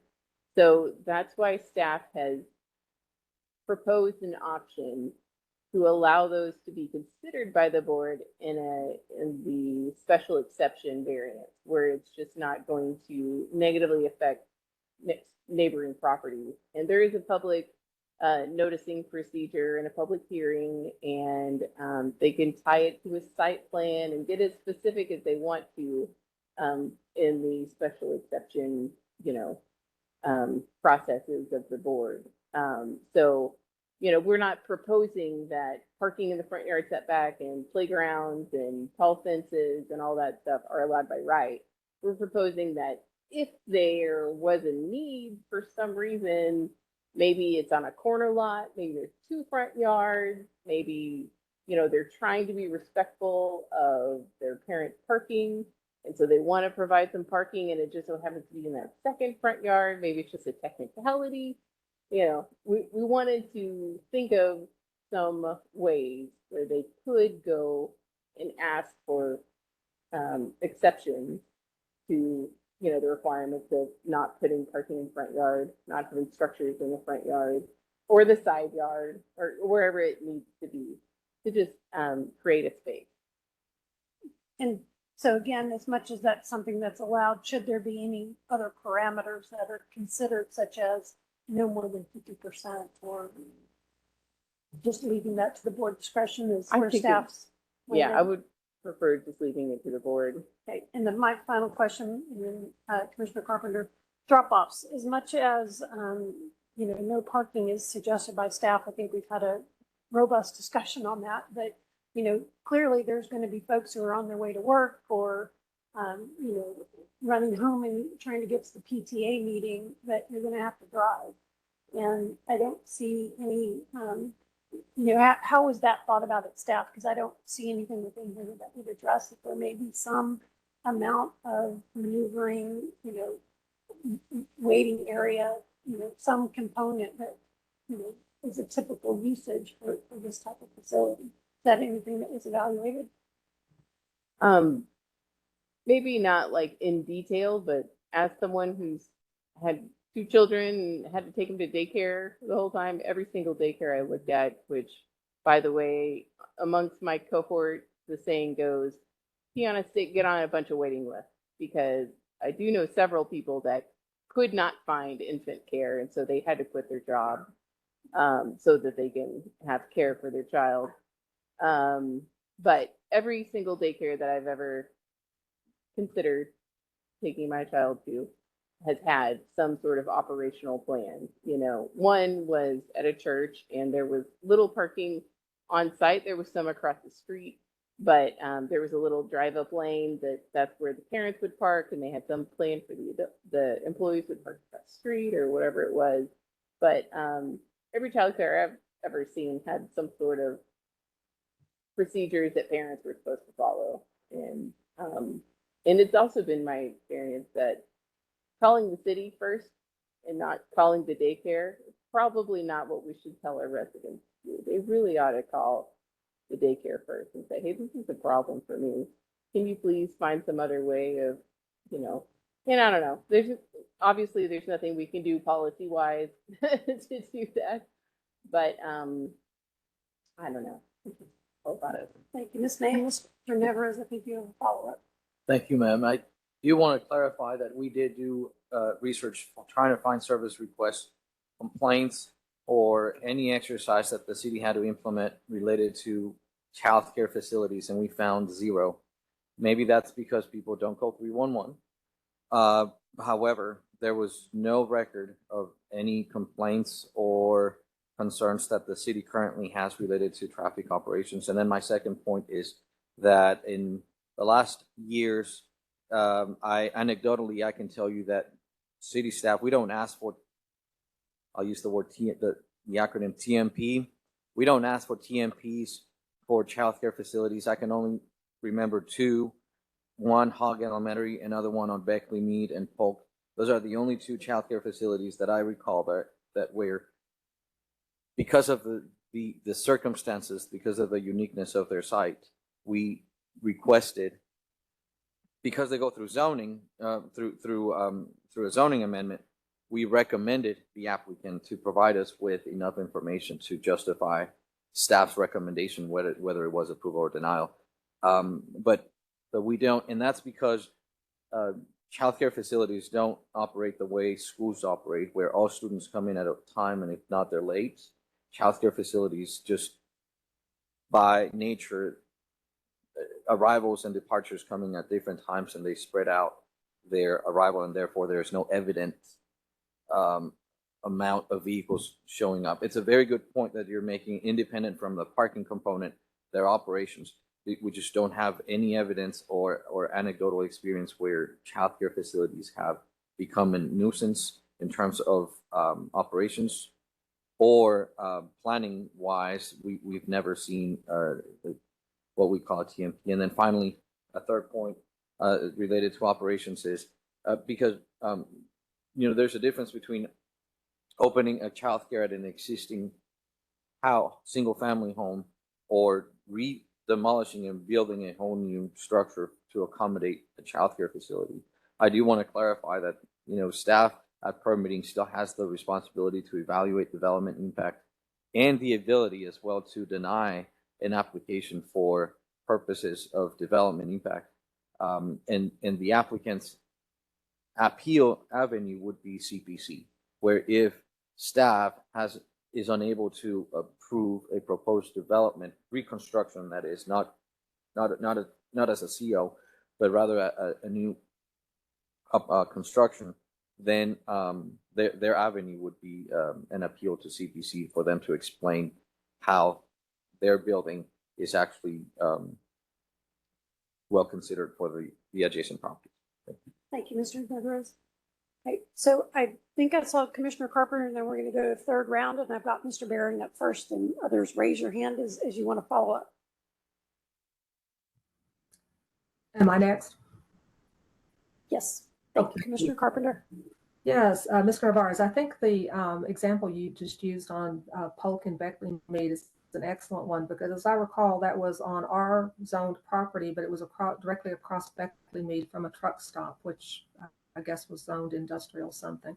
And I think that this is one example where the SUP process played out exactly as it should have, because there were a lot of special considerations here. And I know in the report, it talks about the applicant's site design driving most of the concerns and not really land use aspects. But in that particular case, the traffic queuing, where the ingress and ingress was going to be, the loading and the unloading, the fencing, screening fencing that would be required, the location of the play area, not only for the comfort of the neighbors, but the safety of the children. Those were all land use aspects that were, much debated and went back and forth. And as you said, required, because it wasn't an SUP and a zoning process, you were able to strongly suggest to the applicant that they do a TMP, which was needed to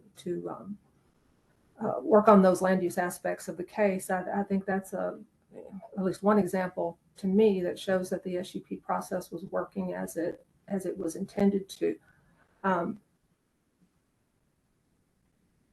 Do you have any, before I go on, Mr. Navarro? Okay. My only comment, ma'am, on that example that I volunteered, it was the trucks who were perpetrating the issue and not the students or the land use. It was an existing, and to that extent, it was the location for a proposed childcare. Now, so one solution that staff is presenting is to not allow it by right at that location and rather go zoning change for such land use to belong in an industrial site. But wasn't the site of the daycare itself zoned R? So with this proposal, they would be able to do it by right? Ms. Commissioner Blair, do you remember? Okay. Yes, ma'am. Okay. All right. Well, can I interject something on that one too? It was in a residential. It was the non-conforming use of the neighboring property, which was zoned CR and had non-conforming uses that triggered the need for a TMP, and the SUP process did work. But the site itself, the applicant site, was zoned R? Yes, the applicant site is zoned R, and it was right on the corner of all R zone land. It was just the non-conforming use of the neighboring facility that was zoned CR with non-conforming uses. Thank you, Commissioner Blair, for that context. Commissioner Carpenter, do you have a follow-up? Yes, I wanted to discuss the absolute prohibition of, or the suggested prohibition of allowing these day centers and the adult and child day centers to be in CS and IR zoning. I can understand if in a perfect world where zoning matched the character of the area, that might make sense. But I know in West Dallas anyway, we have wildly disconnected uses on the ground and what the actual zoning is. And I would think that, I can think of daycares that are very likely sitting on one or the other of those zonings, but do have residential areas around and desperately need daycare. So considering that we live in a messy real world, I think that an SUP requirement for those would at least give us the possibility of situating them in places where possibly the zoning isn't correct, but the use is great and it could work there. And to clarify some of the questions that have come up about the origin of the request for the authorized hearing, I was at the hearing when it was brought before CPC, and there was absolutely no discussion of allowing this sort of use to be in single family or less dense zoning districts than multifamily by right. I heard no discussion. I don't think it was even considered. I think to follow up on what Ms. Bagley and Mr. Reeves have said, I think doing away with the SUP process in single family and duplex and townhome neighborhoods just does not allow the adjoining neighbors enough pathway to evaluate the proposal. I think my personal opinion would be to maintain the SUP process. I can see in Mr. Reeves' situation, his neighborhood situation, someone could very easily decide that because there are so many employees at late night establishments that it might be a good idea to open up a daycare that accommodates children from 6 p.m. till 2, 4 a.m. And that would not, in my opinion, would not be immediately apparently compatible with the area. I think everything else has been said. Thank you. Thank you, Commissioner Carpenter. Mr. Bering, third round.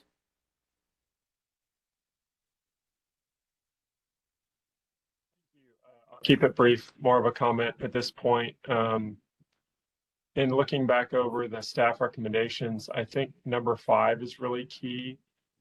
Opening up the day home definition to adults and children. If we're going to combine in the first recommendation, the 2 uses. We have 2 friends who attend in the Elmwood neighborhood a day home. They send their kids there, and they can both walk from their office to pick up their kids. I don't know how we promote the day home use. I think increasing it from 10 to 12 and adding the adult language is great. Similar to, we should be doing everything to encourage small business. I think we should do everything to encourage the day home use language as opposed to the child care facility. So I will be in favor of that. And then just to echo some of the other comments, there are a lot of hurdles to operate a commercial facility, a child care facility. I'm in the process of everyone sharing personal anecdotes because this all affects each of us. But my father is elderly, and I've been looking for a group home for him. And all of these places, just as one example, are required to have fire sprinklers, and rightly so. But that's a 5 or 6 figure investment alone to do that. So I think in addition to our zoning regulations, looking at in our district, a non-residential use, correct me if I'm wrong, staff, but a non-residential use is limited to 25% lot coverage. So in a R75 lot, you couldn't, to speak to, I think, Mr. Hall's example, you would not be allowed to build more than an 1,800 square foot facility. And that just seems like a bad business move when you could just convert a home of that size. Why would you build something new? Now you could do that, but you'd be limited to 1,800 square feet. So there's lots of checks and balances in place here, I think. And not just the SUP. So thank you. We'll have some clarification on the lot coverage piece and momentarily. Okay, those are very great comments. I would say that yes, you were right. In like the single family residential districts, it says for non-residential uses it is 25%. But if you go to the section in 4.400 something under lot coverage, it says institutional uses, utility and public service uses, and I think one other category are allowed to have up to 60% lot coverage in single family duplex and some other low density districts. So the institutional uses like childcare, adult daycare facility, and schools, hospitals, those institutional category of uses, they are allowed an increased lot coverage percentage for that section. But I think it's highly unlikely that anybody can do that currently because of the parking requirements. There's not enough room. And part of your license application is that you do have an outdoor play area. So it would be hard to get to 60%. Thank you for that clarification, Ms. May. Do you have any follow-up, Mr. Bering? No, other than I think the majority of staff's recommendations are helpful. Just looking at number 1, 4, 5, and 6. Again, most of our conversation seems to be about the SUP in our districts, but most of it, I think are helpful recommendations. Thank you.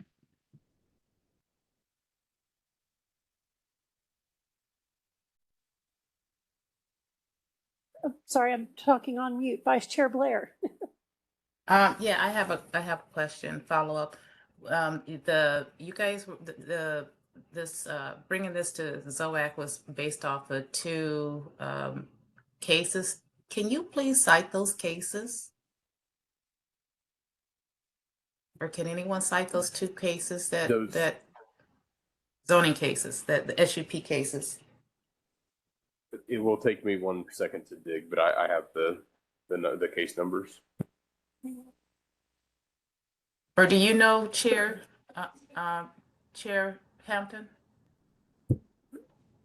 I believe the two cases in question are Z212-153, which was February of 2022, and Z212216, which is in July of 2022.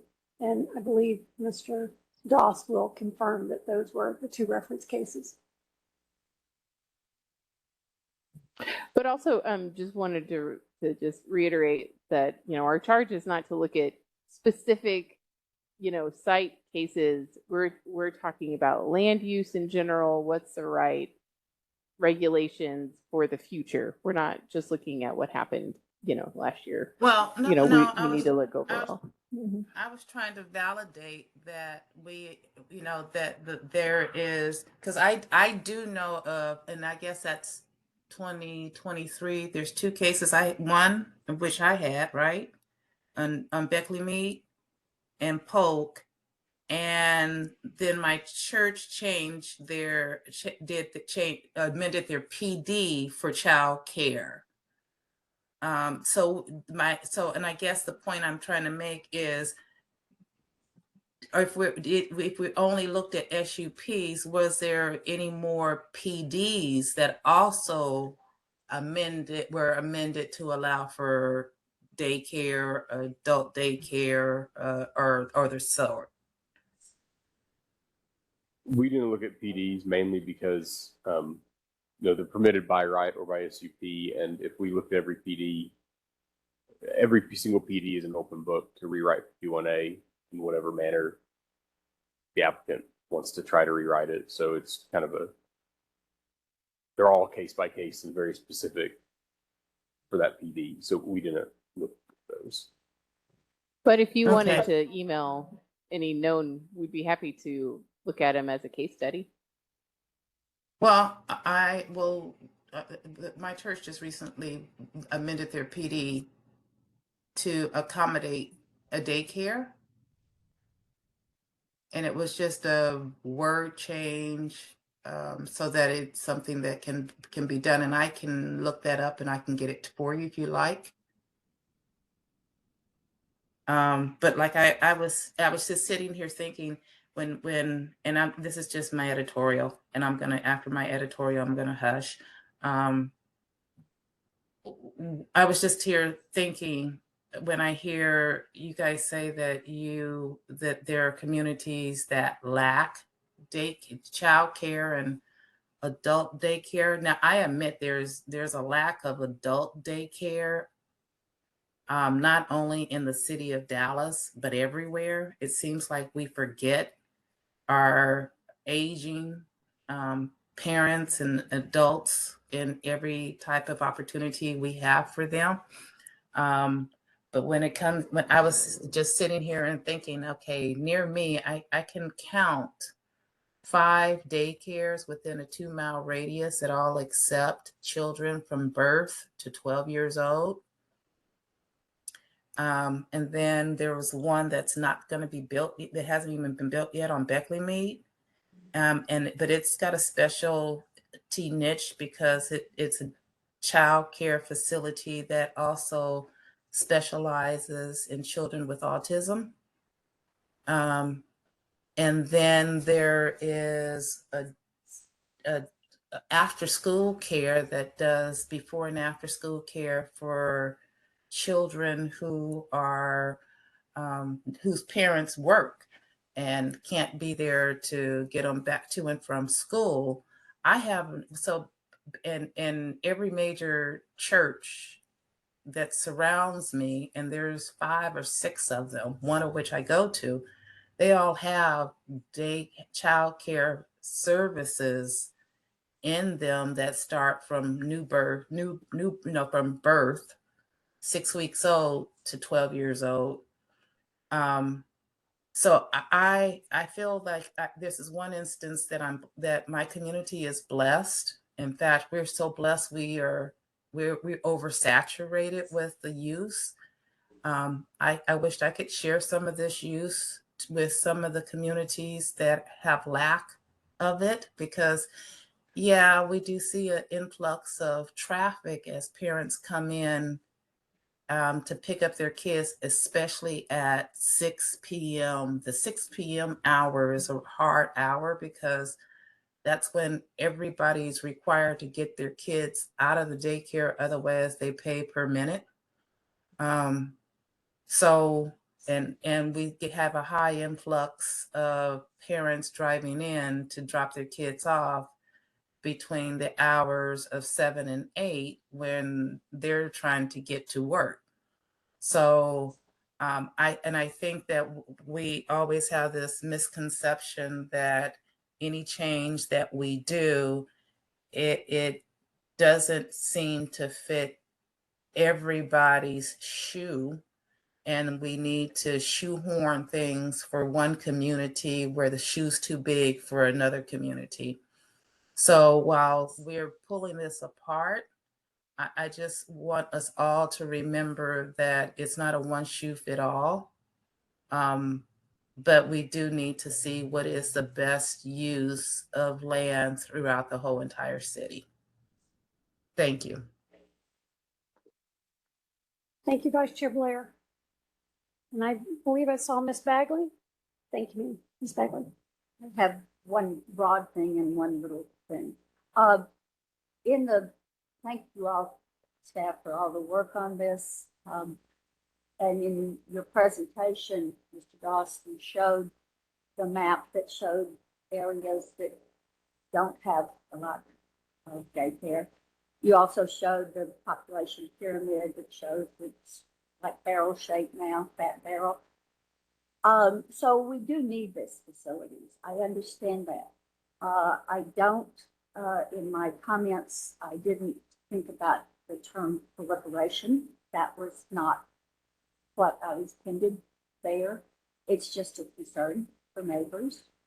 And I think we need to work through this further to make those shoes fit better, as Ms. Blair said. The other thing is just one little teeny nitpicking thing. And it's on page 9, and it's under day home, and it's where you've struck things out of the definition. So the definition reads, a facility that provides care and supervision for, and you have to drop down 2 lines, persons. What? So it's just for persons. That's it. So That's kind of incomplete to me. So, previously, it was just under 14. So yeah, well, that when you struck all that, just persons. So 6 months to 80 years. I mean, birth to 80 years, persons. Okay, that just seemed incomplete. And to clarify, Mr. Dawson, I think this followed up on a comment that I think I heard from Mr. Bering. Staff's intent is that we are opening this up, that it would effectively be child and adult as currently written. And we're seeing nodding for those who are online. So just wanted to make sure we had that clarified. I mean, if I might, we could Thank say you, of Ms. any age, if that. Just all ages or something like that, because it just persons. Thank you, Ms. Bagley. All right, so this is third round. Did we have any final comments? I'm going to try to summarize maybe next steps. Mr. McGregor. So, Madam Chair, I'm ready to go through the items myself and suggest where I stand on each. Would that be helpful now, or wait till after the? Commissioner Carpenter, did you have any final comments before we start trying to do our summary on next steps? Yes, I did have two. One, as far as our closing the gap with ages, is that going to, does the gap exist because of licensure requirements? Because I'm thinking for child care, the state wants to separate children that are younger from teenagers because of the possibilities for bullying and abuse. And I'm not any expert on adult care or any kind of daycare, but does the same intentional age gap exist for adults? Do they want to keep teenagers away from older adults? I mean, I'm trying to figure out if that gap does exist for a reason because of licensure requirements. Do we know that? So the state licensing requirements for child care facility is up to and including age 13, which is my educated, not a guess, but I'm assuming that that's why in our code we wrote under age 14. However, if they would still have to meet any state licensing requirements, and the state licensing requirement is that they don't provide care to anyone above age 13, that's not going to, they're not going to be able to get their license if they have someone who's 15, regardless of if our definition were to allow it or not. But does the same age limitation apply to adult daycare facilities as well? Do they have a minimum age? I just pulled up that page so I can quote it. Under Texas Health and Human Services, they consider that to be I'm trying to find the actual words, a day activity and health services. In their definition, that would be day activity and health services program on a daily or regular basis, not overnight, to 4 or more elderly people or people with disabilities who are not related to the owner of the facility. So the short answer is no, there's no age for that adult daycare. There's no age limitation. Okay, thank you. I have one other comment. Talking about I think what Ms. May was talking about in institutional uses and the lot coverage, it also made me think about the aspect of the code that says that institutional uses in our areas don't have to apply to the pattern of the area, 8.503. So that would open up the possibility of someone, an operator buying up multiple lots and building freestanding daycare or adult or whatever of any age facilities in our neighborhood by right if this passed as proposed by the staff. Is that correct? Yes. Yeah. Yeah.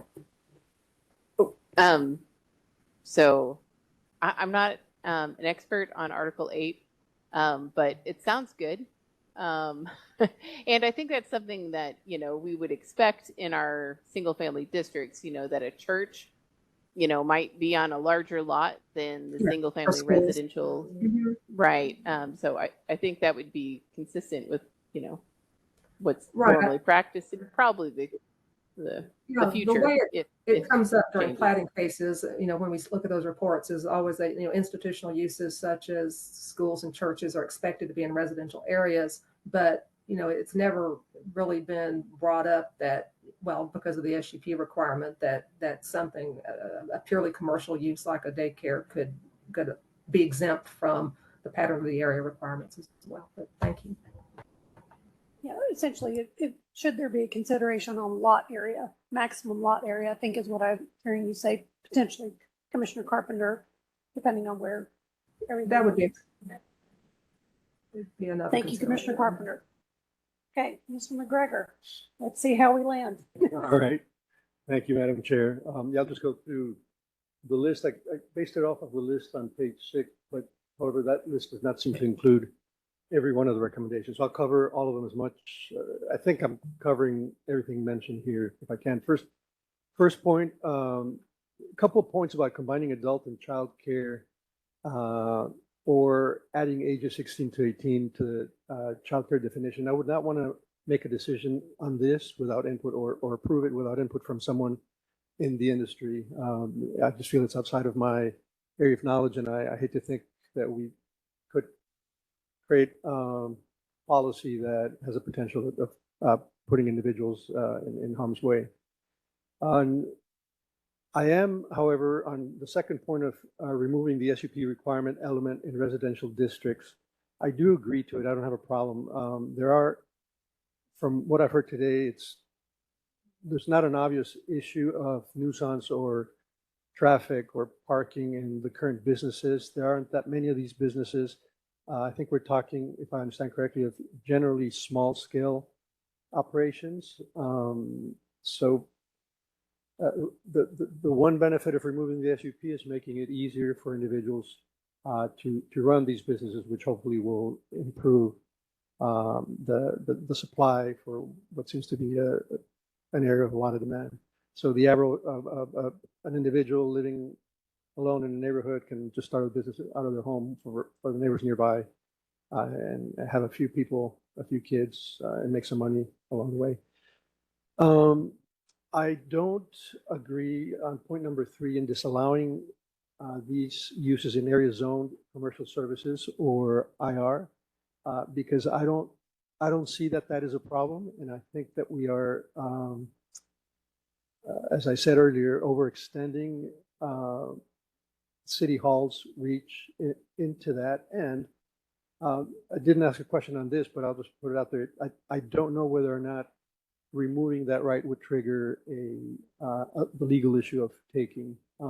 So without a convincing reason to remove it, I don't think it should be removed. On number 4, I think it's non-controversial to me anyways, allowing the Board of Adjustments better leeway to approve outdoor recreation. Yeah, to number 5, increasing capacity from 10 to 12, not a problem. That doesn't seem to be a significant change. Updating terminology is not controversial, and eliminating parking mandates.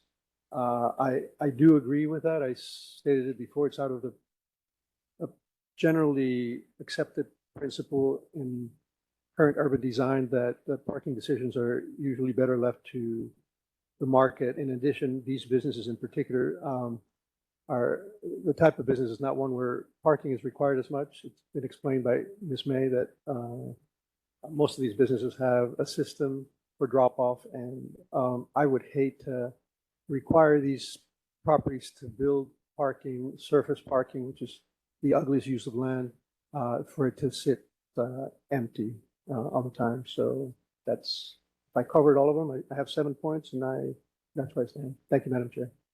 Thank you, Mr. McGregor. Other discussion as we looked at, I'm thinking I'm hearing a general consensus. This is going to come back to us. And so I think we need to help give staff some direction. And I'm happy if we want to go through kind of line by line as Mr. McGregor and just maybe start with the ones that I won't say that they're easier, but that seems a reasonable way to try to go through it. Are there, I guess before we do that, are there any specific comments on the proposed amendments that are in here? I know Ms. Bagley made the comment on revising the term persons to all ages or provide additional context, as much as that's something that remains in there. But were there any other specific comments on the language? And then if it's easier to use the staff's overview, those 6 points for discussion, because then that would guide the revised amendments that would come back to us. All right, I'm going to try to do a few comments, and I appreciate Mr. McGregor kind of starting us off with that. I think one thing I heard, well, I'm going to start. So kind of first general comment I heard was that we should look at the districts where they're allowed by right, locations where SUPs might either be considered as by right using the CS and industrial districts. Again, evaluating where those might be appropriate to either simply remain as by right as current or whether there was an SUP.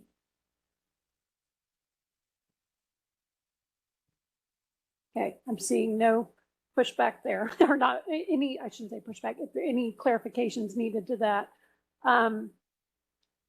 So related to that, I had noted, it's actually a duplicate comment. So then on the day home use, as mentioned by Mr. McGregor, if there were any considerations on provisions related to that, whether it be state requirements or any other language that might be appropriate in considering, particularly in combining the two uses together. So that's item 1 in staff's recommendations.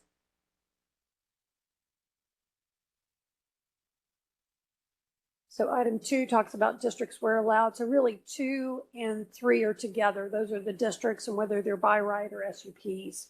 And so I think maybe a chart would be helpful for the committee to work through districts where they would allow, where they might be by right, just as an easier way to review them versus I think they're just a list right now on page 7.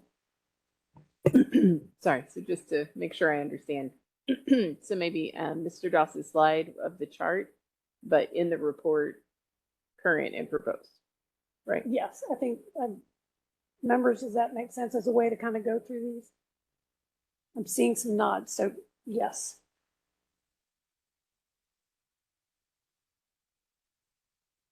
Any discussion on the Board of Adjustment exceptions? So this would be allowing of recreational structures, aka playgrounds, parking, and the setbacks. So I'll add my comment. If we could review whether it would be appropriate to have any other guidelines around that, such as a maximum percentage or a minimum area that was required to remain open to reflect the intent of those setbacks. And again, that may be a district by district consideration. Madam Chair, what about perhaps hours of operation and a distance requirement there? That if we did come back and say, okay, there's a certain distance requirement, then you could go to the Board of Adjustment. Oh, to address the question on the spacing. Can I interject something there too? Would it be a consideration, or could it be a consideration that we do put in a distance requirement guideline? That way, there is no opportunity for rows of daycares or these type of services in a neighborhood.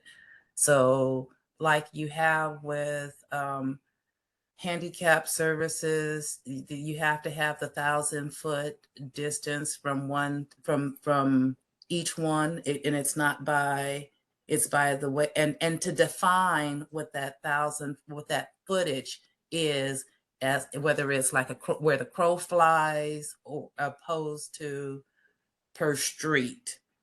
So it can't be next to each other, behind each other, in front of each other. And I think Mr. Doss has a follow-up. I think I'm tracking with Vice Chair Blair.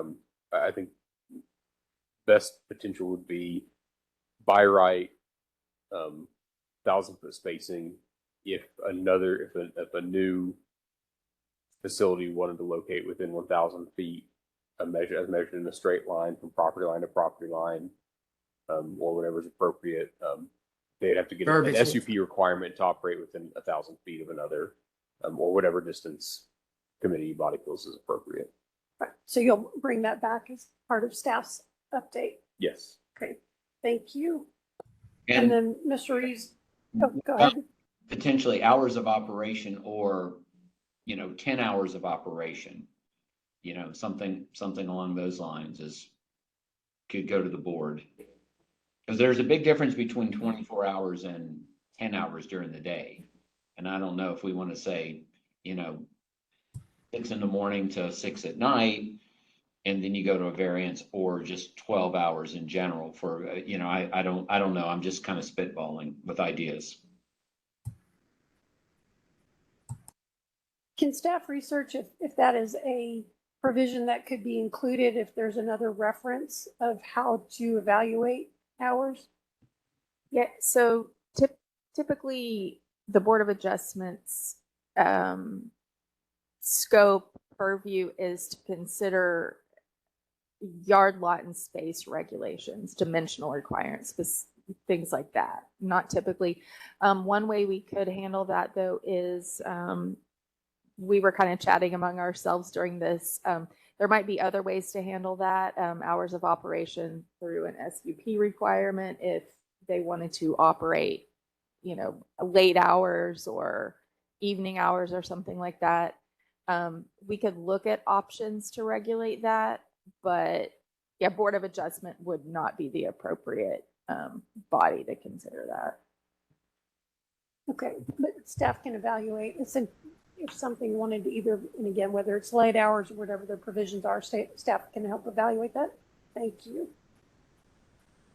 And I think I captured, Commissioner Carpenter.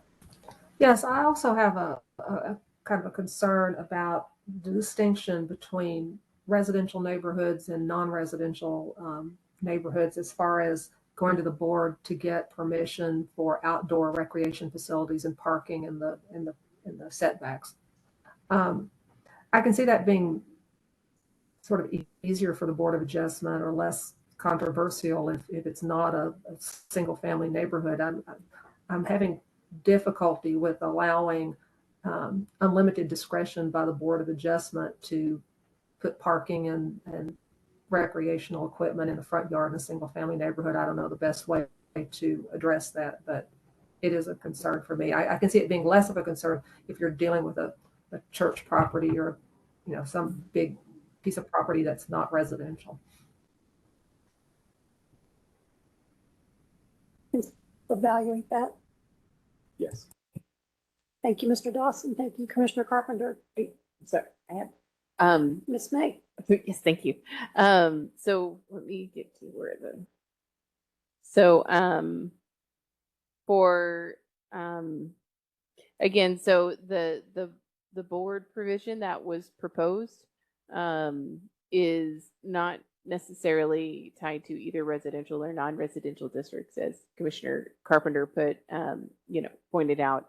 But non-residential districts are allowed to have parking in the front yard setback. So that second item would not be applicable. So they wouldn't have to go to the board to put parking in the front yard in non-residential districts. And it was, the intention for allowing the board to consider accessory structures for outdoor recreation and stuff in setbacks was intended to be both for residential and non-residential since, and typically in non-residential districts, as long as you don't abut residential zoning, your setback on the side and rear is 0 feet. So it will probably most commonly be used in residential districts if it's ever used. Thank you for that clarification, Ms. May. I think you may have just opened more questions. So I think we'll look forward to having this discussion continue at our next meeting. One final question for all the members. Is it fair to say that item 6, update outdated references and terminology throughout, doesn't need any further discussion? I'm seeing nodding heads, so I think everyone's good with that. So I think our focus is really on districts where permitted, SUP, distance requirements. Are there other hours related, really, and I'm going to use Mr. Baring's term, kind of the scale and the intensity of these uses that we're talking about. And then considerations on combining of the uses, any additional provisions to be considered there. I think that captures any final thoughts. Staff, is that clear direction for you for our next round? We're seeing nodding heads. All right, so with that, any further discussion? Thank you all. We will look forward to this coming back to us. Our last matter before us is approval of our minutes from April 18th. Is there any discussion? Seeing none, do we have a motion? No. Actually, I did have a discussion. I'd like to ask staff or perhaps the committee in general, when we have meetings as we did last time where, and as we do today, where there's specific instructions given to staff, would it be, I know it's good to keep the minutes short and tight, but for just the benefit of collective memory, would it be okay to to summarize those instructions given to staff in minutes. Because I don't know when our next batch plant meeting is going to be, and if it's 2 months from now, it's going to be very difficult to remember what the requests were and so on. And I wonder whether staff remembers them at this point as we talk. You know? I'm not asking that we don't approve those minutes today, unless the chair thinks that there's a change that should happen. But just I am asking that going forward we include instructions when they are provided to staff. I will try harder. Thank you, Ms. May. And I'm certainly open to deferring the approval of our minutes if we would like to include that summary of discussion. I think that would be helpful for the group as a essentially checkpoint. Yeah, I hate to slow things down, but this is a straightforward enough issue that could help the case in the future when we hear it again. I have no exception to that. And I will ask the city attorney, is that appropriate that we defer the approval of our minutes for them to be amended and distributed and approved at our next meeting?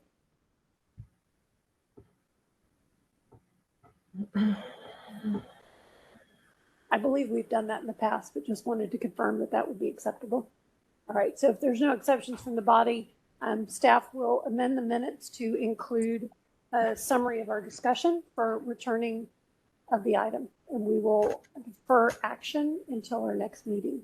I will mention that I do have about 6 pages of notes from that last meeting. And so, you know, I think I did put in the minutes that we chose option 3. Correct. And well, yes, it does say that. It does say that there were just specific requests made that sort of like a checklist of different committee members asking for specific follow-ups on some items by staff. I will defer to the body. I can see the merits of both. But I'll step back to listen to comments from others. I'll just say from our board work, well, I prefer more information in the minutes. I think we might have been advised that it's better to be very brief in the minutes, you know, for legal or liability or whatever issues. So personally, I'd like to see more information, but if there's a reason we shouldn't, you know. Is there an option of providing a separate document that's not part of the minute approval process that? I think in Ms. May and Mr. Doss, that would typically be essentially included in our next case report, summary of the discussion, and then the items that are reflected in there. Is that would typically? That would be acceptable. Absolutely. Okay. All right. So is that staff's typical procedure?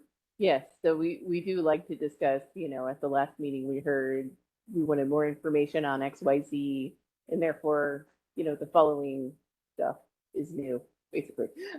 All right. So So with that further discussion, is there a motion to approve the minutes as submitted? So moved. Thank you, Mr. McGregor. Is there a second? I Thank you, second. Mr. Hall. Mr. Hall was quicker to the mic on that one. So we have a motion by Mr. McGregor, seconded by Mr. Hall. Approve the minutes as submitted. All in favor, say aye. Aye. Any opposed? Minutes are adopted. That concludes our discussion. I will state for the record, we had no registered speakers and we have no one in the audience today. So thank you all for being here today and the robust discussion. Look forward to continuing the consideration. It is 11:41 a.m. and the meeting of the Zoning Ordinance Advisory Committee is adjourned. Thank you all. Thanks, everybody.